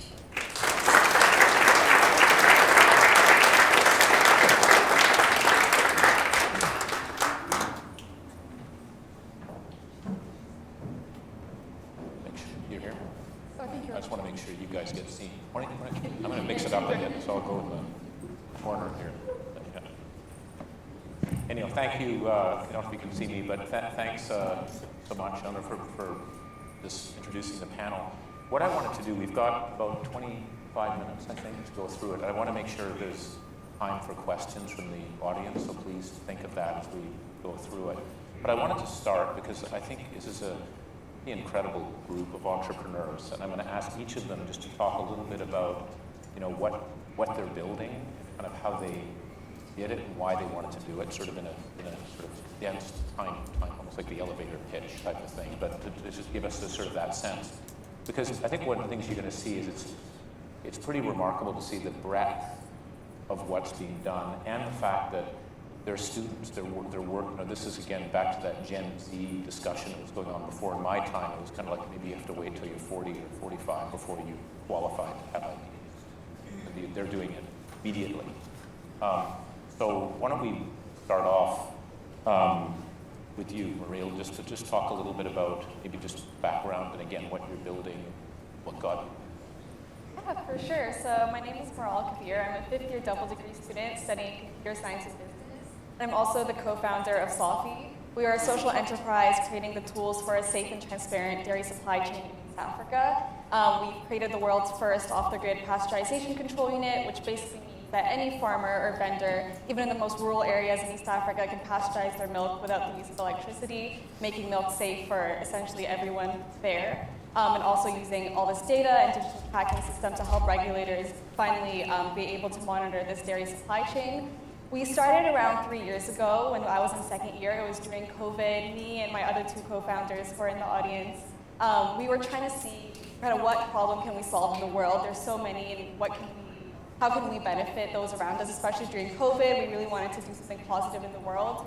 And so we found a competition. It was hosted by the United Nations.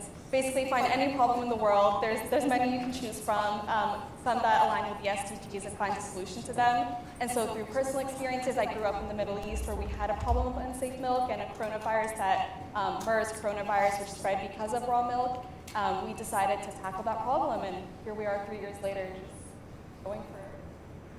And how did you get the time to actually? I'm looking at what you're studying. What was that between sort of midnight and 2 a.m. or what? Basically, it's been a lot, and co-op as well. Don't forget that. So I think, honestly, the work we do at Solfi really does energize us more than anything. Being able to do that impact, of course, there are hard days where you just really don't want to continue, but if it's important and you're passionate about it, you can find time, and so that's basically how we've been going at it. Some days, some weeks it's like 4 hours a week, some weeks it's 40, it's really just pushing at it, exactly.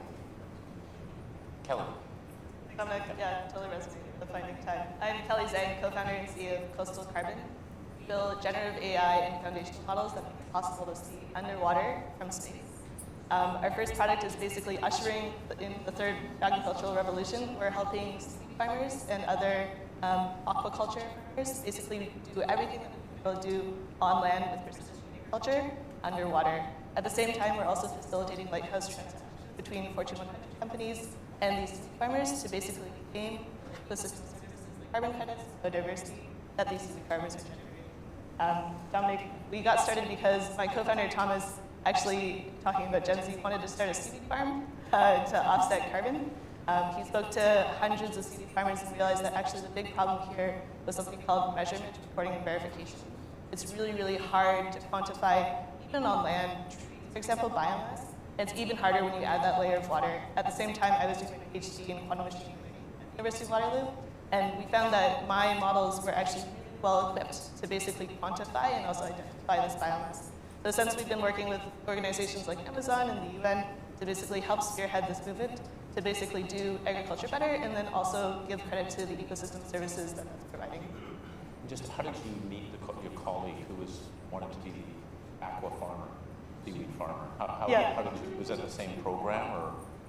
It's a good question, Dominic. It's a uniquely Waterloo story. We were in our 4th year of undergrad, and we're doing an AI ethics class taught by the chief of Microsoft's engineering and an artist. And then we both built an AI confessional booth.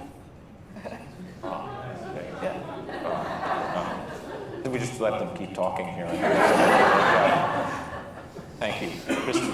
Yeah. Hi, my name is Christy, and I'm a biomedical engineering student at the University of Waterloo. I've actually recently graduated. 3 days ago was like my final exam. I've been working on Patient Companion since September 2022.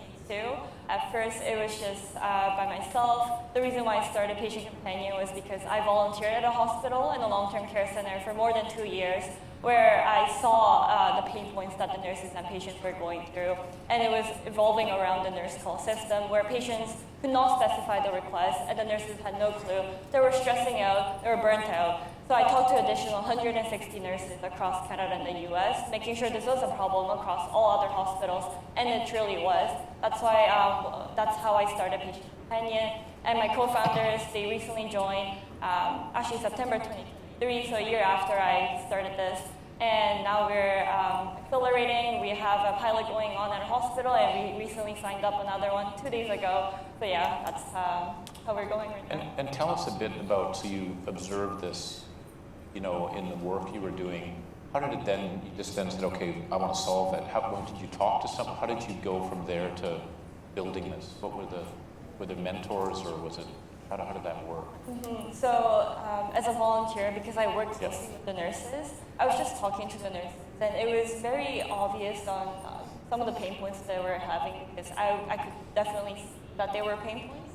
Also, in terms of creating the actual business, because at first it was just me trying to help the nurses. It wasn't like, oh, I'm going to make money from this business. But I think definitely the ecosystem at the University of Waterloo, like Velocity and Greenhouse, they were mostly very helpful in creating the actual business. To help you then take it forward. Right. And again, I'm going to shift actually to the audience after this, if there's any questions. But just before that, one of the things that we're doing here, Joelle talked about the productivity gap, and there's a lot that companies, large companies as well. Any advice for just thinking about what you've done, because that's sort of the dream of what large organizations would love to see happen. And people are they're working hard, full-time, they're doing different things. Any just observations on that front, or things that you think larger organizations should think about to be able to learn or encourage from what you've done? Start again. For sure. I mean, I'm no expert by any means, but I think there are different ways to encourage employees to kind of channel their creativity and innovation and entrepreneurship. You don't have to only be an entrepreneur outside of the company, entrepreneurship as well. Maybe taking out specific days to encourage innovation, whether it's a hack day, whether you have an innovation center within your organization. And even encouraging innovation outside of the organization. So, I mean, SOFI started through a case competition that the UN and other organizations were organizing to help fuel our creativity. And so being part of initiatives like that, whether it's within the company or outside, I always knew I wanted to start a company, but I never knew which problem to solve, which is also what Ben was talking about from the Problem Lab. And so giving kind of that ecosystem and giving an opportunity for people to be creative and come up with those ideas, I think can go a really long way. Anything you want to add to that? Yeah, I think it's about ownership, to be honest. We hear this word like intrapreneurship a lot. I think it's useful fiction at best. We work with folks at big Fortune 100 companies, and I think the key thing that they know that's different about our team, we're a team of 8, is that each of us kind of act as owners. Like we're up at 2 a.m. We were just negotiating an acquisition offer last night. Like no one had to be up. We were doing it because we wanted to be. And I think basically acknowledging that desire in the existing organizations and fostering that somehow, I think by giving responsibility, by giving kind of some kind of like latitude in terms of freedom, be it budget, be it timeline, what have you, we've seen that work really well with our partners. Yeah, just to echo, and I definitely think, because for my past co-ops, I definitely worked in big organizations where I learned a lot, but also startups. So I think just learning from them as well is something that I've been taking away to creating my own startup. Yeah, it seems like there's a huge amount of potential for that with a framework or vehicle by which ideas can get assessed or looked at or helped in various different ways. And then you're saying this ownership mindset, letting people then drive it as they go through. Is there any, I know we're going to get right to the questions I said, but you just triggered something too about as you're all sort of expanding your business, is there anything, when you think about constraints on talent, how do you think about that? Because each of your areas is so vitally important for the world, right, in its own way. What are some of the things that you think about when you want to scale? I mean, you brought up talent, which is a really big one for us. We're at University of Waterloo. We know we are literally surrounded by the most talented students and individuals you can quite find. And I think something at SOFI we haven't been able to do as well is harness that talent and bring them to the organization. We started off as a nonprofit, and so I think budget was obviously a huge kind of barrier to us. Everyone who's worked with us has been really passionate about our mission statement, not really working for us for the money, but they also want to help to a greater cause, and so that's been incredible, while also helping us, I think, financially, also get most of that talent, which is at the university. We know they're there, but they're not with us just yet. Anything to add? Yeah. Yeah, I think it's so interesting to hear your story because we're kind of on the opposite side of the coin there. We are venture funded, we have high ACV, so acquiring talent isn't necessarily the difficult part. I think for us it's scaling culture would be the big one. We were at one point 12 people just because the macroeconomic conditions made it really easy to hire both AI and tech people.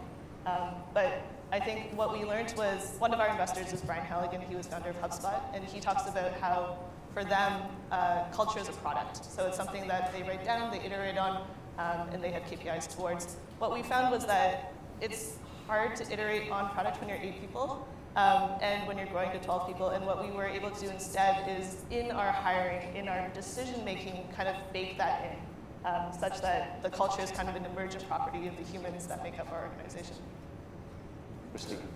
Yeah, definitely echo Merle. I think the biggest challenge right now that we're going through is acquiring talent. We're a team of 4 people. However, we still want to scale, and as we get more hospitals, it would definitely be useful to have more talent there. And also just securing the budget, because as you're securing the talent, like Merle mentioned, the University of Waterloo has bright students. However, we still need to pay them. So that is one of the concerns that we would need to go through. Excellent. Well, thank you. Well, I'll turn it out to the audience. Yeah, please. And maybe just identify yourself too. Is that all right? Yeah.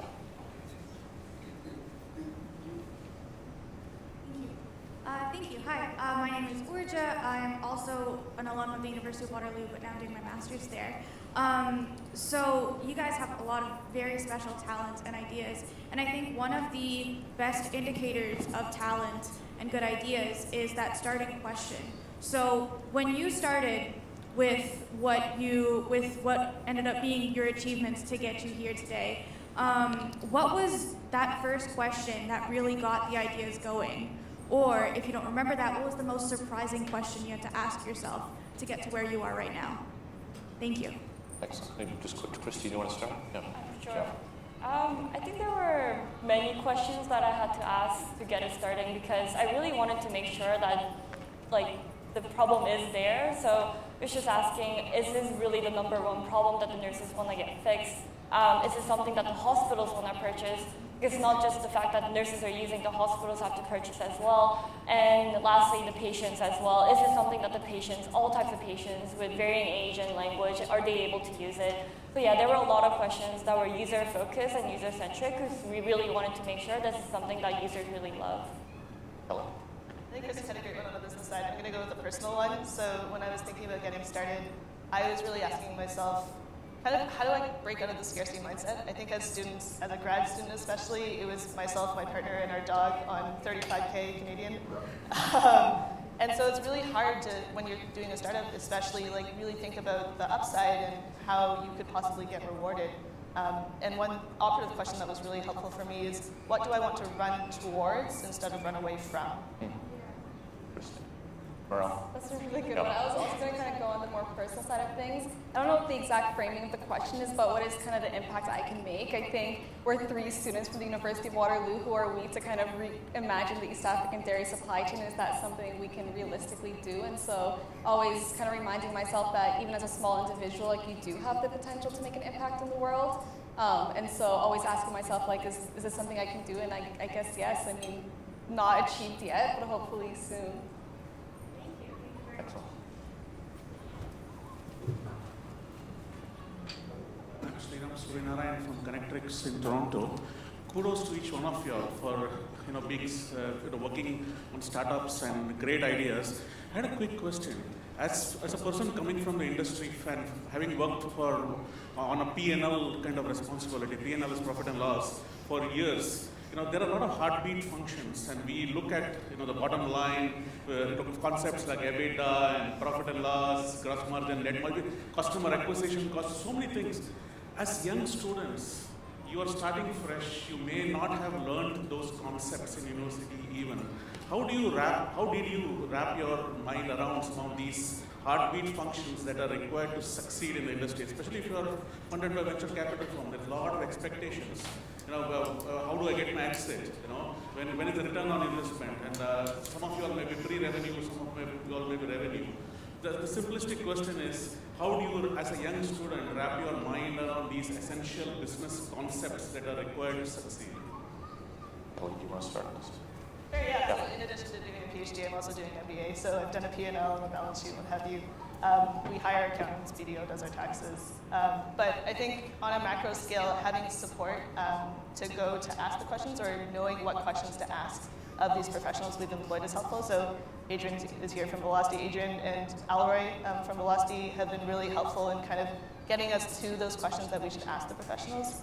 But I think in today's educational system, like, we do get exposed to these concepts, but being able to narrow down on that has been helpful. Just to echo that as well, Adrian and Velocity has been very helpful to me as well, and Greenhouse as well. It's a social impact incubator in University of Waterloo. Not only that, I took BET courses at the University of Waterloo, took 3 of them where Wayne and David were professors, and they were really amazing in teaching the concepts of business, all the way from ideation to sales and how you create those first customers and customer acquisition and things like that. Also, I've been into a lot of networking events as well as pitch competitions where I learn from the judges and by networking with the audience as well. So those are kind of where I grasped the idea for business. Yeah, Yeah, as part of the double degree program, I am doing the business side with Laurier, so that definitely has been helpful. I will say though, in the first year, like, they were throwing all these terms at us, and they were great for the exam to memorize them, but having a startup to apply the terms to has been really helpful to actually memorize and retain the information.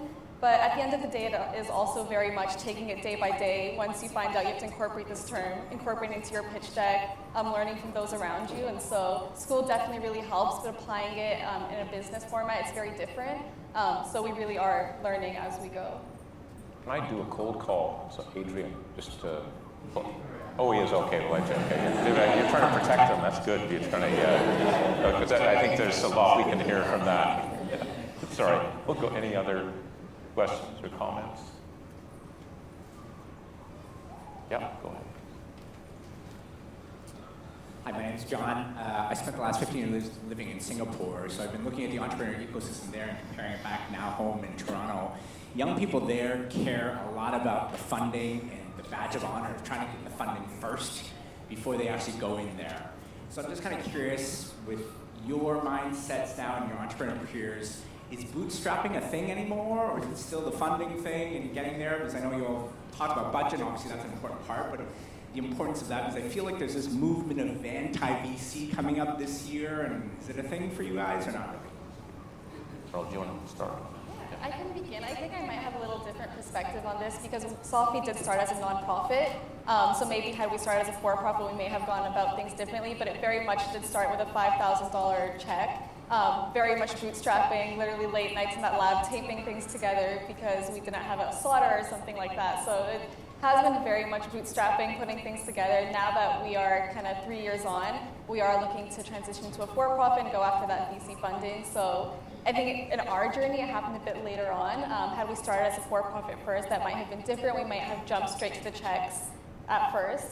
So yeah, different for us, I guess. But I can see how it would have been, how we started as a for-profit or a different product, we may have done something similar to, I guess, the Singaporean ecosystem. Right. Kelly? There's this phrase that I like that's being thrown around in BC right now. It's there are no good investments, there's only good vintage years. I think it's really true. Like you can prep as much as you like, but you really need to wait for timing or that like kind of like the stroke of fate or that like strike of luck. But what you can do is kind of prepare yourself to meet that. So when we started, we were bootstrapped. We were actually stealing pizzas from Velocity and on campus and putting them in our freezer. Sorry, Adrian. But then we were in the right place at the right time, right? I think voluntary carbon markets started evolving. We met investors. I spilled some salad on our lead investor for our pre-seed, and then they turned around and said, "Hey, I heard you do BCM. Do you want to check?"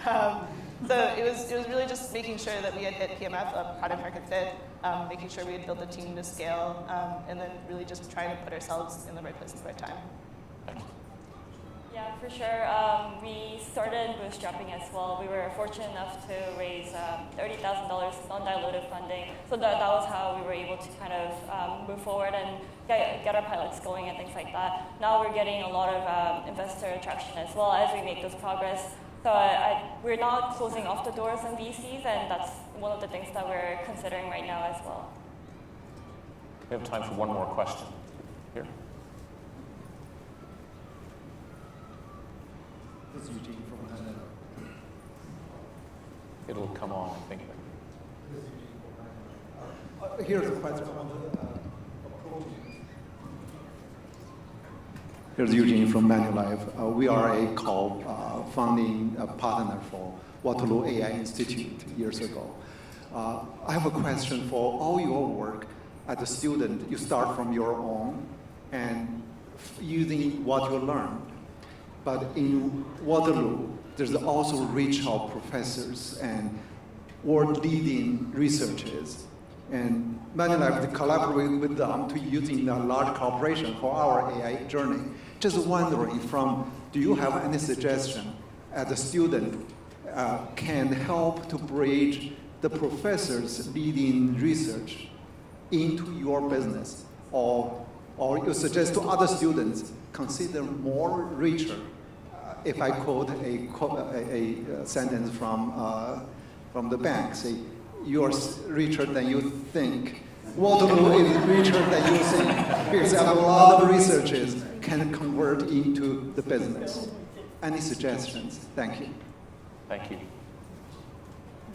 I don't think I'm nowhere in the position to give suggestions to professors or anyone in the research institute, but I think I've been interacting with professors at the University of Waterloo where they're kind of pivoting the research into the business aspects as well. They were also able to kind of give those connections within our startup as well. So I think we're just fortunate that they're willing to have those open-mindedness and be able to kind of pivot research and business together.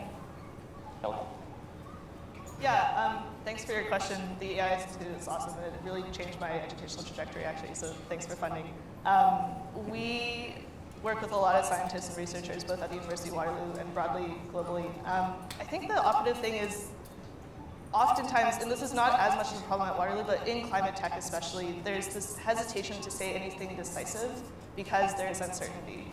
And what I really want to impart to academics out there is like, yes, there is uncertainty, but is it too much? Like, what are the error bars around it? And I think by collaborating with industry, especially in climate tech, it's with like oil and gas and with more traditional energy industries, you can kind of put bounds on that uncertainty in a way that's operative and pragmatic. I think that's something that's lacking, but something that Waterloo actually shines at, I would say. Wrong. I love what you said about Waterloo's richer than you think, and I completely agree. There's been so many times where we've tried to seek support or mentorship outwards, like outside of the university, and we realize that the best is literally at the university, and we always come back crawling, and so you're absolutely right there. In terms of the professor network, one professor who's helped us a lot is Dr. Trevor Charles, writing a microbiology paper about the efficacy of our technology and really helping legitimize us, kind of taking it from just being 3 students claiming their technology works to having a really well-respected professor vouch for you. And so we are very lucky to have access to individuals like him who can help, who are so respected and can help push our mission forward. I've still got 30 seconds, so I'm going to ask one. Chancellor's privilege, a little dying days of it. But when you came to Waterloo, like did you think you were an entrepreneur before you came? Was it something, or did it happen when you were there? I'm just trying to get a sense of that. Yeah. Me and my co-founders have talked about this a lot. When we came to the university, we all knew we wanted to leave as entrepreneurs. We were kind of thinking of dropping out around third year, starting our multi-million-dollar tech company. So it didn't really happen as we envisioned, but I knew I wanted to be an entrepreneur. I wasn't really sure how it would happen. Definitely not through a case competition or helping solve the dairy supply chain in East Africa wasn't kind of what I was picturing. So it's funny how things turn out. But I did want to come to Waterloo specifically because I knew there's a great entrepreneurial ecosystem here. There's so much support from Velocity especially. And so that was definitely part of making my decision. Kelly? Yeah, Velocity was a turning point for me too. I ordained as a Buddhist monk before starting university, so didn't plan to be an entrepreneur at all. In second year, I attended something called Velocity Residence, which at the time, basically, they put together a lot of entrepreneurial students or people students that just didn't really want to do their homework. And got our start there, but I think being surrounded with like-minded individuals is really what propelled us there. For myself, back in high school, I tried to create 2 startups. None of them were successful, but then I came up with, I saw the description of biomedical engineering at the University of Waterloo, and I thought it was perfect, where it was bridging the technology and healthcare together, and where Waterloo also provides the entrepreneurship aspects as well, so that's why I chose the program specifically, and Waterloo as well. Fantastic. Well, thank you. If you can join me in thanking these 3 amazing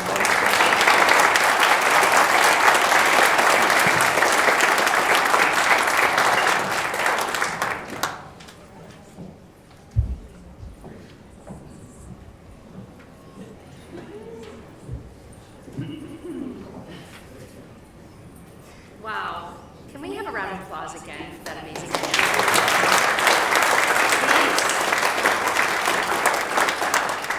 What inspiring and creative and amazing young women you are, by the way. So inspired by all 3 of you, and thank you, Dominic, for fostering that dialogue and leading that conversation about talent, a little bit of serendipity thrown in, and what a nice entree to our next speaker, because we're about to bring Adrian to the podium. I'll just close that thought by saying, I don't know about any of you, but when I hear inspiring speakers like that, I feel like the future's in really good hands, right?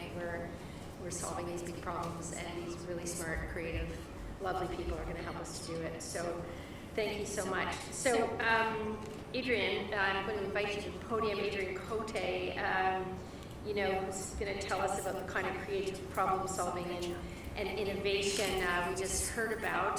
Velocity was mentioned several times, which I'm sure made you very happy to hear, Adrian. Adrian's the Executive Director of Velocity. He's going to share some exciting highlights from Momentum and the Velocity Impact Report. So Adrian, welcome. Over to you.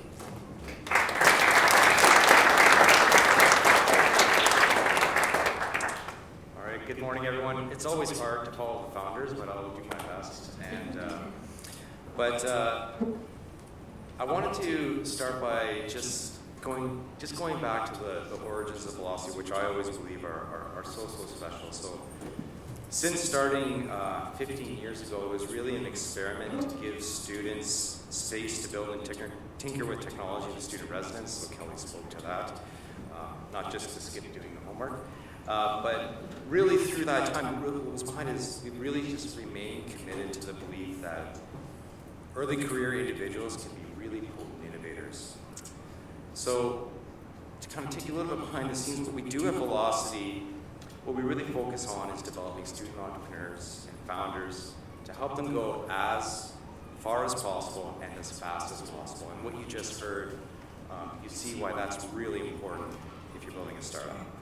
And how do we do this? We do this in part by instilling a founder mindset, teaching very practical business skills, and connecting them to effective resources that energize business building. So 15 years ago, Velocity was started, but if you fast forward today, so much has evolved. And so we felt really compelled to kind of give an update on what's happening with Velocity. And I could probably spend the next 90 minutes giving a talk on that. So, but instead of that, today it's a small first for Velocity itself. So I'm very excited, and I'm very excited about it.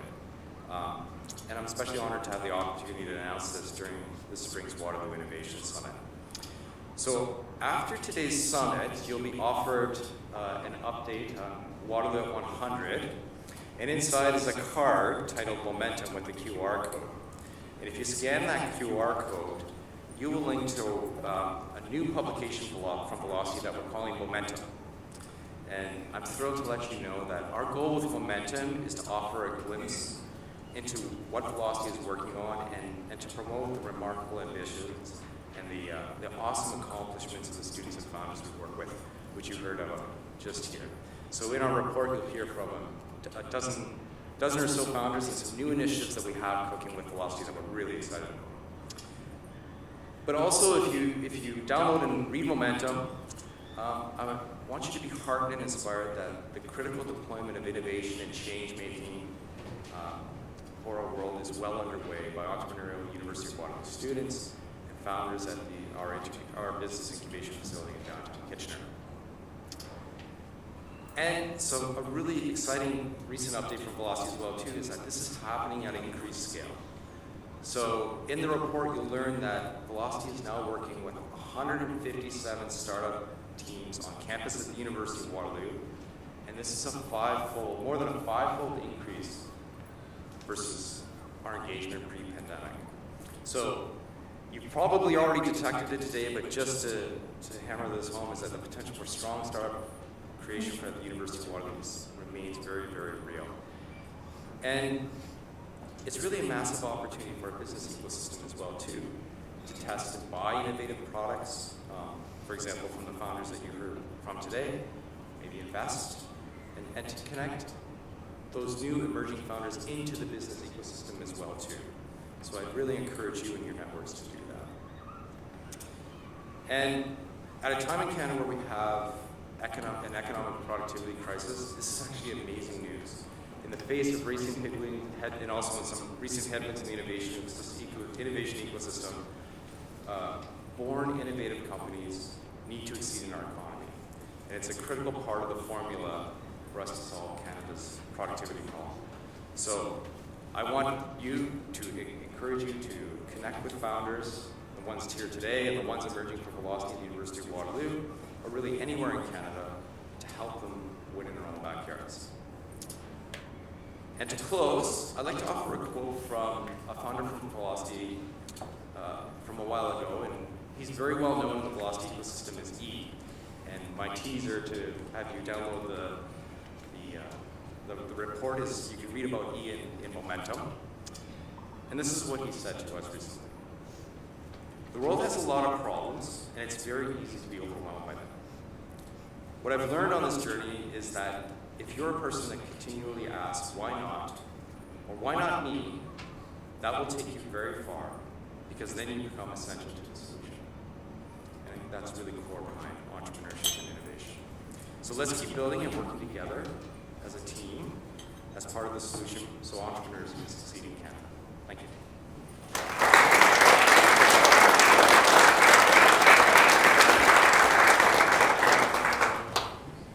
Thank you, Adrian.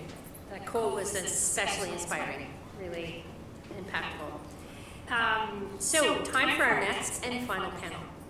I'd now like to introduce you to another two of our incredibly talented students, Jocelyn Murphy and Anson Yu. Jocelyn and Anson are the co-founders of UW Startup and are systems design and engineering students. Alongside other student leaders at the university, Jocelyn and Anson are disrupting the way students learn, innovate, and collaborate. They will be joined in conversation by University of Waterloo President and Vice Chancellor Vivek Goel. Please join me in welcoming to the stage Vivek, Jocelyn, and Anson.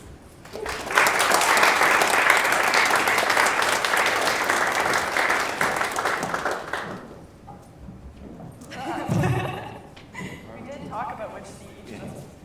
Oh, yes. It wasn't this configuration. Yeah, but I followed the lead of the chancellor, and since that seat's harder to see, I thought we'd slide down a bit.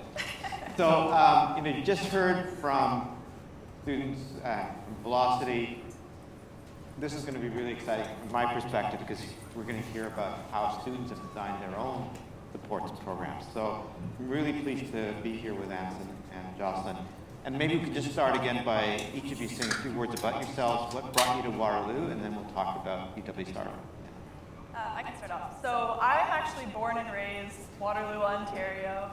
And there, I think I grew up really surrounded by like the technology ecosystem, but I spent a lot of time personally doing community organizing, trying to bring people together. I think growing up in this day and age, there's a lot of problems. That's been mentioned before. I don't need to get into it, but community has been the thing to support me as I try to navigate that. But what I kept finding was that I was running into two roadblocks. Firstly, that I was spending a lot of time deep in Wix website editors trying to make tools for myself and realized that maybe I needed to learn how to code. And secondly, I kept running into barriers related to working purely in the nonprofit space. And so I wanted to figure out how to build things that were financially sustainable, leveraging technology, but still based around growing communities. And that led me to the University of Waterloo, led me to entrepreneurship, learning how to code, all of those things I've been figuring out. Recently, I've started a company. I was in the Velocity Pitch competition. It's called WIGO. And trying to build social, digital, and economic infrastructure to address the loneliness epidemic, because I think rebuilding that social fabric is one of the most important things to focus on right now. Hi, I'm Anson. I think I have a very different origin story than Joss. I grew up on a blueberry farm in Langley, British Columbia, where I did like a healthy dose of manual labor. And I think throughout, shout out to my parents. Yeah, so spent a lot of time outside, so I think a little bit naturally started to be very interested in the climate crisis and its impact on, I guess, how people live their lives. Did a couple of engineering co-ops in software and in nuclear, and then I had this burning question that I feel like I couldn't avoid of like whether or not we had hope around the climate crisis. So did a very reasonable thing to set off on a month-long road trip across the US making a documentary, trying to answer the question of climate solutions that made economic sense. And from that, have started to develop and work on something called Bedrock, which is a platform for experimenting and deploying research for energy infrastructure resilience. So grid modernization and critical infrastructure. So yeah, that's what I'm thinking about now. I think what really ties both of us together is that we love people. Like we really, really think, I think that the commonality between the both of us is that part of our life's work will be trying to identify the best parts of people around us and trying to draw out of them through social, digital, or engineering-related infrastructure. So I think that as much as we can do that through the University of Waterloo and with the people around us, I'd be really happy. So certainly we could talk more about your own startups, but you've also created UW Startup. And could you say a little bit about what motivated you to do that and what you're hoping to achieve? So something we realized when we came to Waterloo, and something that I've grown up with, is this is a place that attracts some of the most ambitious, hardworking people in the entire country. And while the co-op program offers incredible opportunity, it has us in a rotating cycle a lot of the time where it's very hard to form long-term, sustainable, meaningful connections with the people around you. If you're rotating every 4 months, really making Waterloo feel like a place that feels like home is difficult. And I think that can also stifle a little bit of the innovation that could happen if we had longer time frames. So UW Startups, when we founded it, we had 2 main objectives. The first one was to make it so that opportunity was very visible from students even before they self-identified as entrepreneurs. So a lot of the time I think people have an image of what it means to be an entrepreneur and that might not identify with who they are. But we wanted to bring these opportunities front and center and meet people where they were. The second thing was changing a lot of the storytelling and really centering peer-to-peer relationships where people should know someone just a couple steps ahead of them who have started a company so they can them. Because as inspirational as these founders are who are wildly successful, if you can't see yourself in their shoes, it becomes really difficult to take that step yourself. So UW Startups filled this student-to-student gap that I think we were uniquely positioned to address. And at the same point in time, somewhere else on campus, I feel like I almost need like sound effects for this part, but there's something called Socratica popping up, and that is recurring co-working sessions for people working on their high-effort passion projects. So I think it had to be recurring, and it had to have something at the end where people could demo the work that they were doing. And I think there's 5 team members here in the audience. I want to give them a little wave. But yeah, so it was a chance for people to consistently work on the things outside of school, outside of co-op that they really cared about, and then also have a chance to almost demo it to the world in the same way that you would have like a YC demo day or something.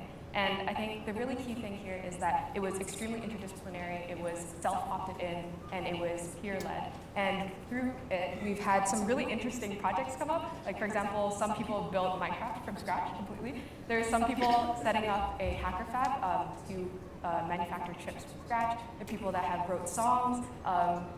We have like a bingo board that like we want someone to release an album and then we can check it off. And yes, that was a really very key part of the story, but extremely multidisciplinary, extremely creative, and I think a lot of wonderful things have come out of it. The two, we moved in together as roommates. The two kind of merged together at a certain point. And so now we've kind of socially engineered, very systems design engineering of it. It all ties together.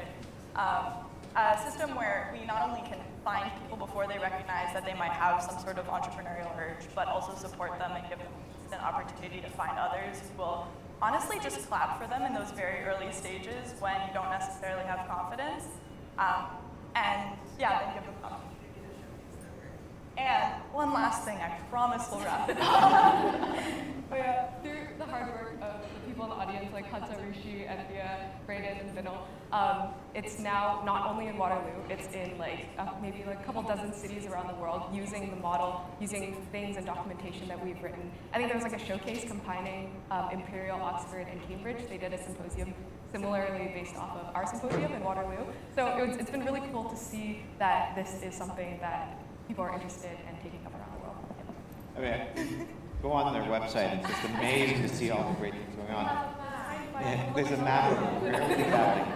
So wherever you are in the world now, you can go to it. Which is actually really cool for co-op students because even when they leave Waterloo, they have somewhere where they can find like-minded people wherever they happen to be situated, which I think also really addresses this loneliness problem that comes with all of them moving around.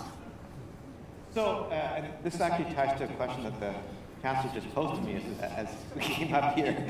But you know, what you've developed with both UW Startup and Socratica are very non-traditional. So like, you know, Velocity, we can think of its origin story, as Adrian just described, was a floor of residence, just allowing students to work together. But you've really managed to figure out a way to scale that and do it without a lot of organization and without hierarchy. So, yet, so much of the world is still organized and our institutions are very hierarchical.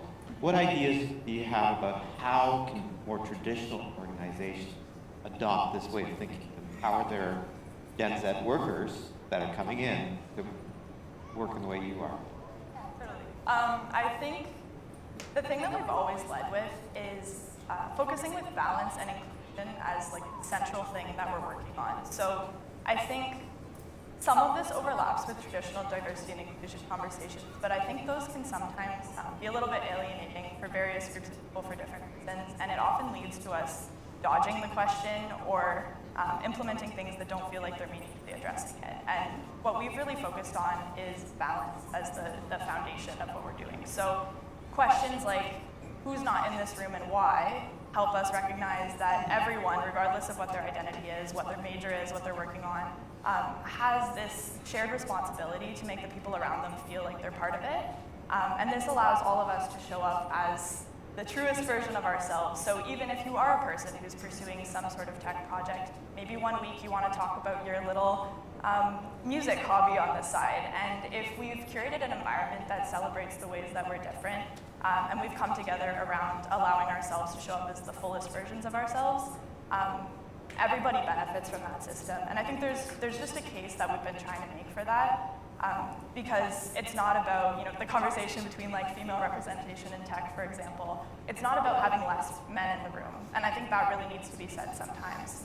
Because they're such an important part of making it feel inclusive for everyone, and everyone stands to benefit from this. So we've really, really focused on whether it's our demoers doing a variety of different topics, celebrating the ways that we're different, and using that to be like a core cultural tenet has been really meaningful for the community building aspect of it. Yeah, and I think another big thing is that oftentimes we'll have students come up to us and be like, how do we get involved with your club? Like, how do we apply? And we're like, oh, we don't have applications. Like, in fact, we don't even have positions or roles. I think we have like a concept internally called effort gating, where it's like the amount that you can get out of the experience is proportional to the amount that you're willing to put in terms of initiative. So what that actually looks like within the organization, how we structure things, is that you have project and lane-based responsibilities. So it's time-bound, and then people can show initiative by being able to spearhead different projects. And I think that allows people to feel ownership around the specific work that they're doing, but also like make it so that if they want to dip out at any time, they can also do that as well. And I think being able to reward the hosts that have been consistent, basically making it so that the application process is very similar, if not completely aligned with the work that you would be doing anyways in the workplace. So I think the collab people do an excellent example of this, where the application process is like showing a portfolio and proof of work of different blog posts that you've written, or different apps that you've coded, or users that you've talked to regardless, and having that as the application process for doing the work within the organization and making that aligned, and then allowing for people to spearhead specific projects, I think has been really profound for us. Yeah. It's made us very efficient too, because I think what we found with a lot of student clubs and co-op applications is the amount of cumulative hours spent on reviewing applications and interviewing people cannot possibly be the most efficient way to figure out. Like, it just can't. It's gotten very out of hand, especially for volunteer-related organizations. Doing 5 interviews to volunteer just doesn't feel. And being on the team where you came not to do HR functions, but you came to do something entirely unrelated, and being asked to do that as well, I think is very draining. And so, yeah, being able to like reduce that inefficiency by making our doors a little bit more open, and then really believing in the people around us and focusing on leveling people up from within has been very meaningful. The last thing I would say is viewing ambition as something we can do together and not relative to each other. So if you have a single axis of competition, you start to rank yourselves. But if there are many ways that are celebrated as being successful, you can all cheer for each other, and you're not necessarily comparing yourself in the way that you might in a traditional organization. And Socratic goes as far as, in terms of hierarchy, there are no founders, right? It's kind of this ambiguous collection of people. We have like a centralized leadership team of around 6 to 8 per term. The Waterloo co-op structure gives us extremely frequent opportunities to take the entire leadership team and put them out of the city and see what happens, and then learn from the failures and try again. But yeah, so I think the structure of Waterloo actually necessitates more of a flat hierarchy because you don't have the ability to accumulate power over time because you just keep leaving and coming back again. So I'm going to open up in a second for questions from the audience, but maybe one last quick one for each of you. We've been talking about UW Startup and Socrato. What's next for each of you as you look ahead to your careers? For me, definitely, my main focus is this loneliness epidemic. I think that while opportunity is something that a lot of people think about when they're planning their futures, I think that making places feel like home is very important. And I think that especially young people, there's a variety of factors that led into this, the pandemic especially. I view this need to socialize as a bit of a muscle that's atrophied. And I'm trying to build opportunities for people to get back out there. Maybe they're moving to a new city and they don't know how to go from 0 to 1 friend. How do you meet a friend if you don't have a friend to already do stuff with, that type of thing. And so I'll be working on that over the summer in Toronto, trying to first start with hosting a bunch of events that are very much based in the Socratic philosophy. We call it the host mindset of people taking personal accountability for growing the communities they want to be a part of, but really teaching people how to do this work and scaling it up, making it economically feasible for them to make it a part of their life. And I think that we can all strengthen this muscle through practice, but I think a lot of young people today are not satisfied with an entirely consumption-oriented life where they sit at home and they don't have anyone to hang out with. So I'm not sure what I'll focus on when this problem is magically solved. After 2 years, I'll be like, okay, I fixed it, guys, moving on. I know it'll be more of a long haul.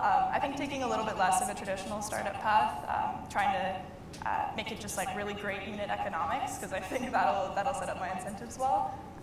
But yeah, I'll be focusing mostly on loneliness-based solutions because I think there's a lot of work to be done there.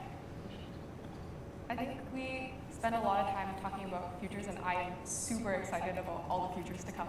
But I do think that it's really difficult to be excited about new technology when you're scared, or you feel unstable, or you don't have the agency to act on it, or the resilience in your personal life to be able to withstand all the changes. So what I'll be doing is kind of looking at that from the energy infrastructure angle. So seeing finding fragility within our existing grid infrastructure as we're bringing on new EVs and bringing on alternate forms of production, and then trying to make it so that when you bring on these new forms of generation that is supposed to be really new, exciting technology to solve a problem, that people can still have reliable electricity that they can depend on for hospitals, schools, and et cetera. So deploying research and hardware related to that. And we both intend to graduate.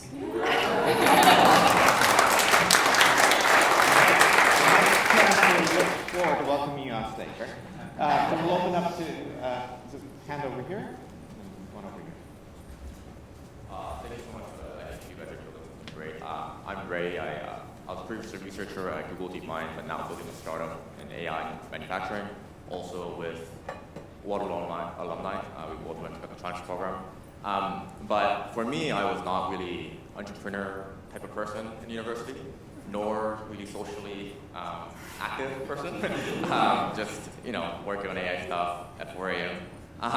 But I wish I had this, and I was just curious to hear if there are kind of really standout individuals, whether it's founders or creators or entrepreneurs, who you thought kind of existed or got together only because of your program's existence, right? Where if it was some other program, it wouldn't have happened. But with the things that you've created, if there's any standout individuals that you thought, wow, this happened because of the work that you guys have done. Thanks. It's a really good question. Yeah.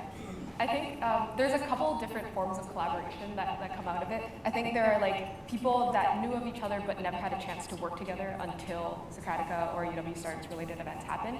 And then a couple of those is for some at our symposium recently, we had people that made hair cutters that adapt based off of where you are in your head. That was something that came out of Socratica entirely. I think there are Yeah, I think I have a couple, but you can. Yeah, I think what's been coolest for me to see is, especially growing up in Waterloo, a little bit weird social dynamic, at least in my high school, where you kind of have like the tech kids and you have like the leadership kids, and they don't really talk to each other, and there's no football kids. Like I was expecting, based on like high school shows, there was supposed to be that. There wasn't that, it was just the tech kids and the leadership kids.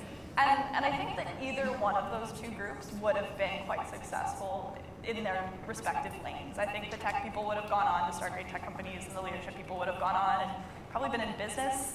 There's a variety of things they could have done.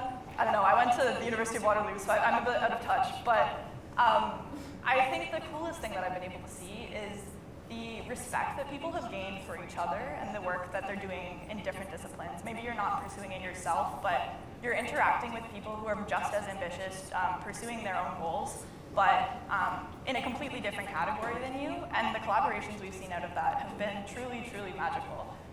Because I think it's scary. If you're a person who doesn't know how to code, you don't want to go up and, I don't know, be like, so AI. And if you're a tech person, you're probably not super comfortable going to a dance party, but we've been hosting events that try to understand what are the things that keep, it's that question again, who's not in this room and why? If we're hosting something and we find that it's only appealing to one of those two groups of people, and there's obvious glaring gaps, I don't think we're doing our job properly, because what we're really trying to forge is this place where people can show up and see themselves in different lights, meet people who aren't like themselves, and really collaborate. And I think the world really lacks that, especially now. So yeah, it's less about standout individuals, but more about the way that people have been able to grow through meeting each other. But in terms of specific concrete examples, I think the really awesome thing about where you're sitting exactly is that you're surrounded by them right now. For example, Hudsa was able to meet someone together. They made a vertical farm, an aquaponic system. Rishi was able to hire one of his first designers for his urban planning company through Symposium in Sukratica. Braden and a bunch of other transit nerds, because Waterloo is full of them apparently, they're able to show up to the city meetings and advocate for transit being more frequent when they didn't want it to be. And I think Vinod, and yeah, I feel like I'm running out of time, but you are surrounded by them and they're everywhere. And the really fun thing has been watching all the friendships and partnerships and relationships even that have come out of what has been being built. So. So the little red light is blinking at us, and we know we're coming up to noon, but we'll be here. And again, I want to echo what Eleanor said, and I think I said at the start too. You don't despair for the future when you listen to people like the two of you or the other speakers we've had today. So thank you very much for everything that you're doing, and we look forward to what's going to come next.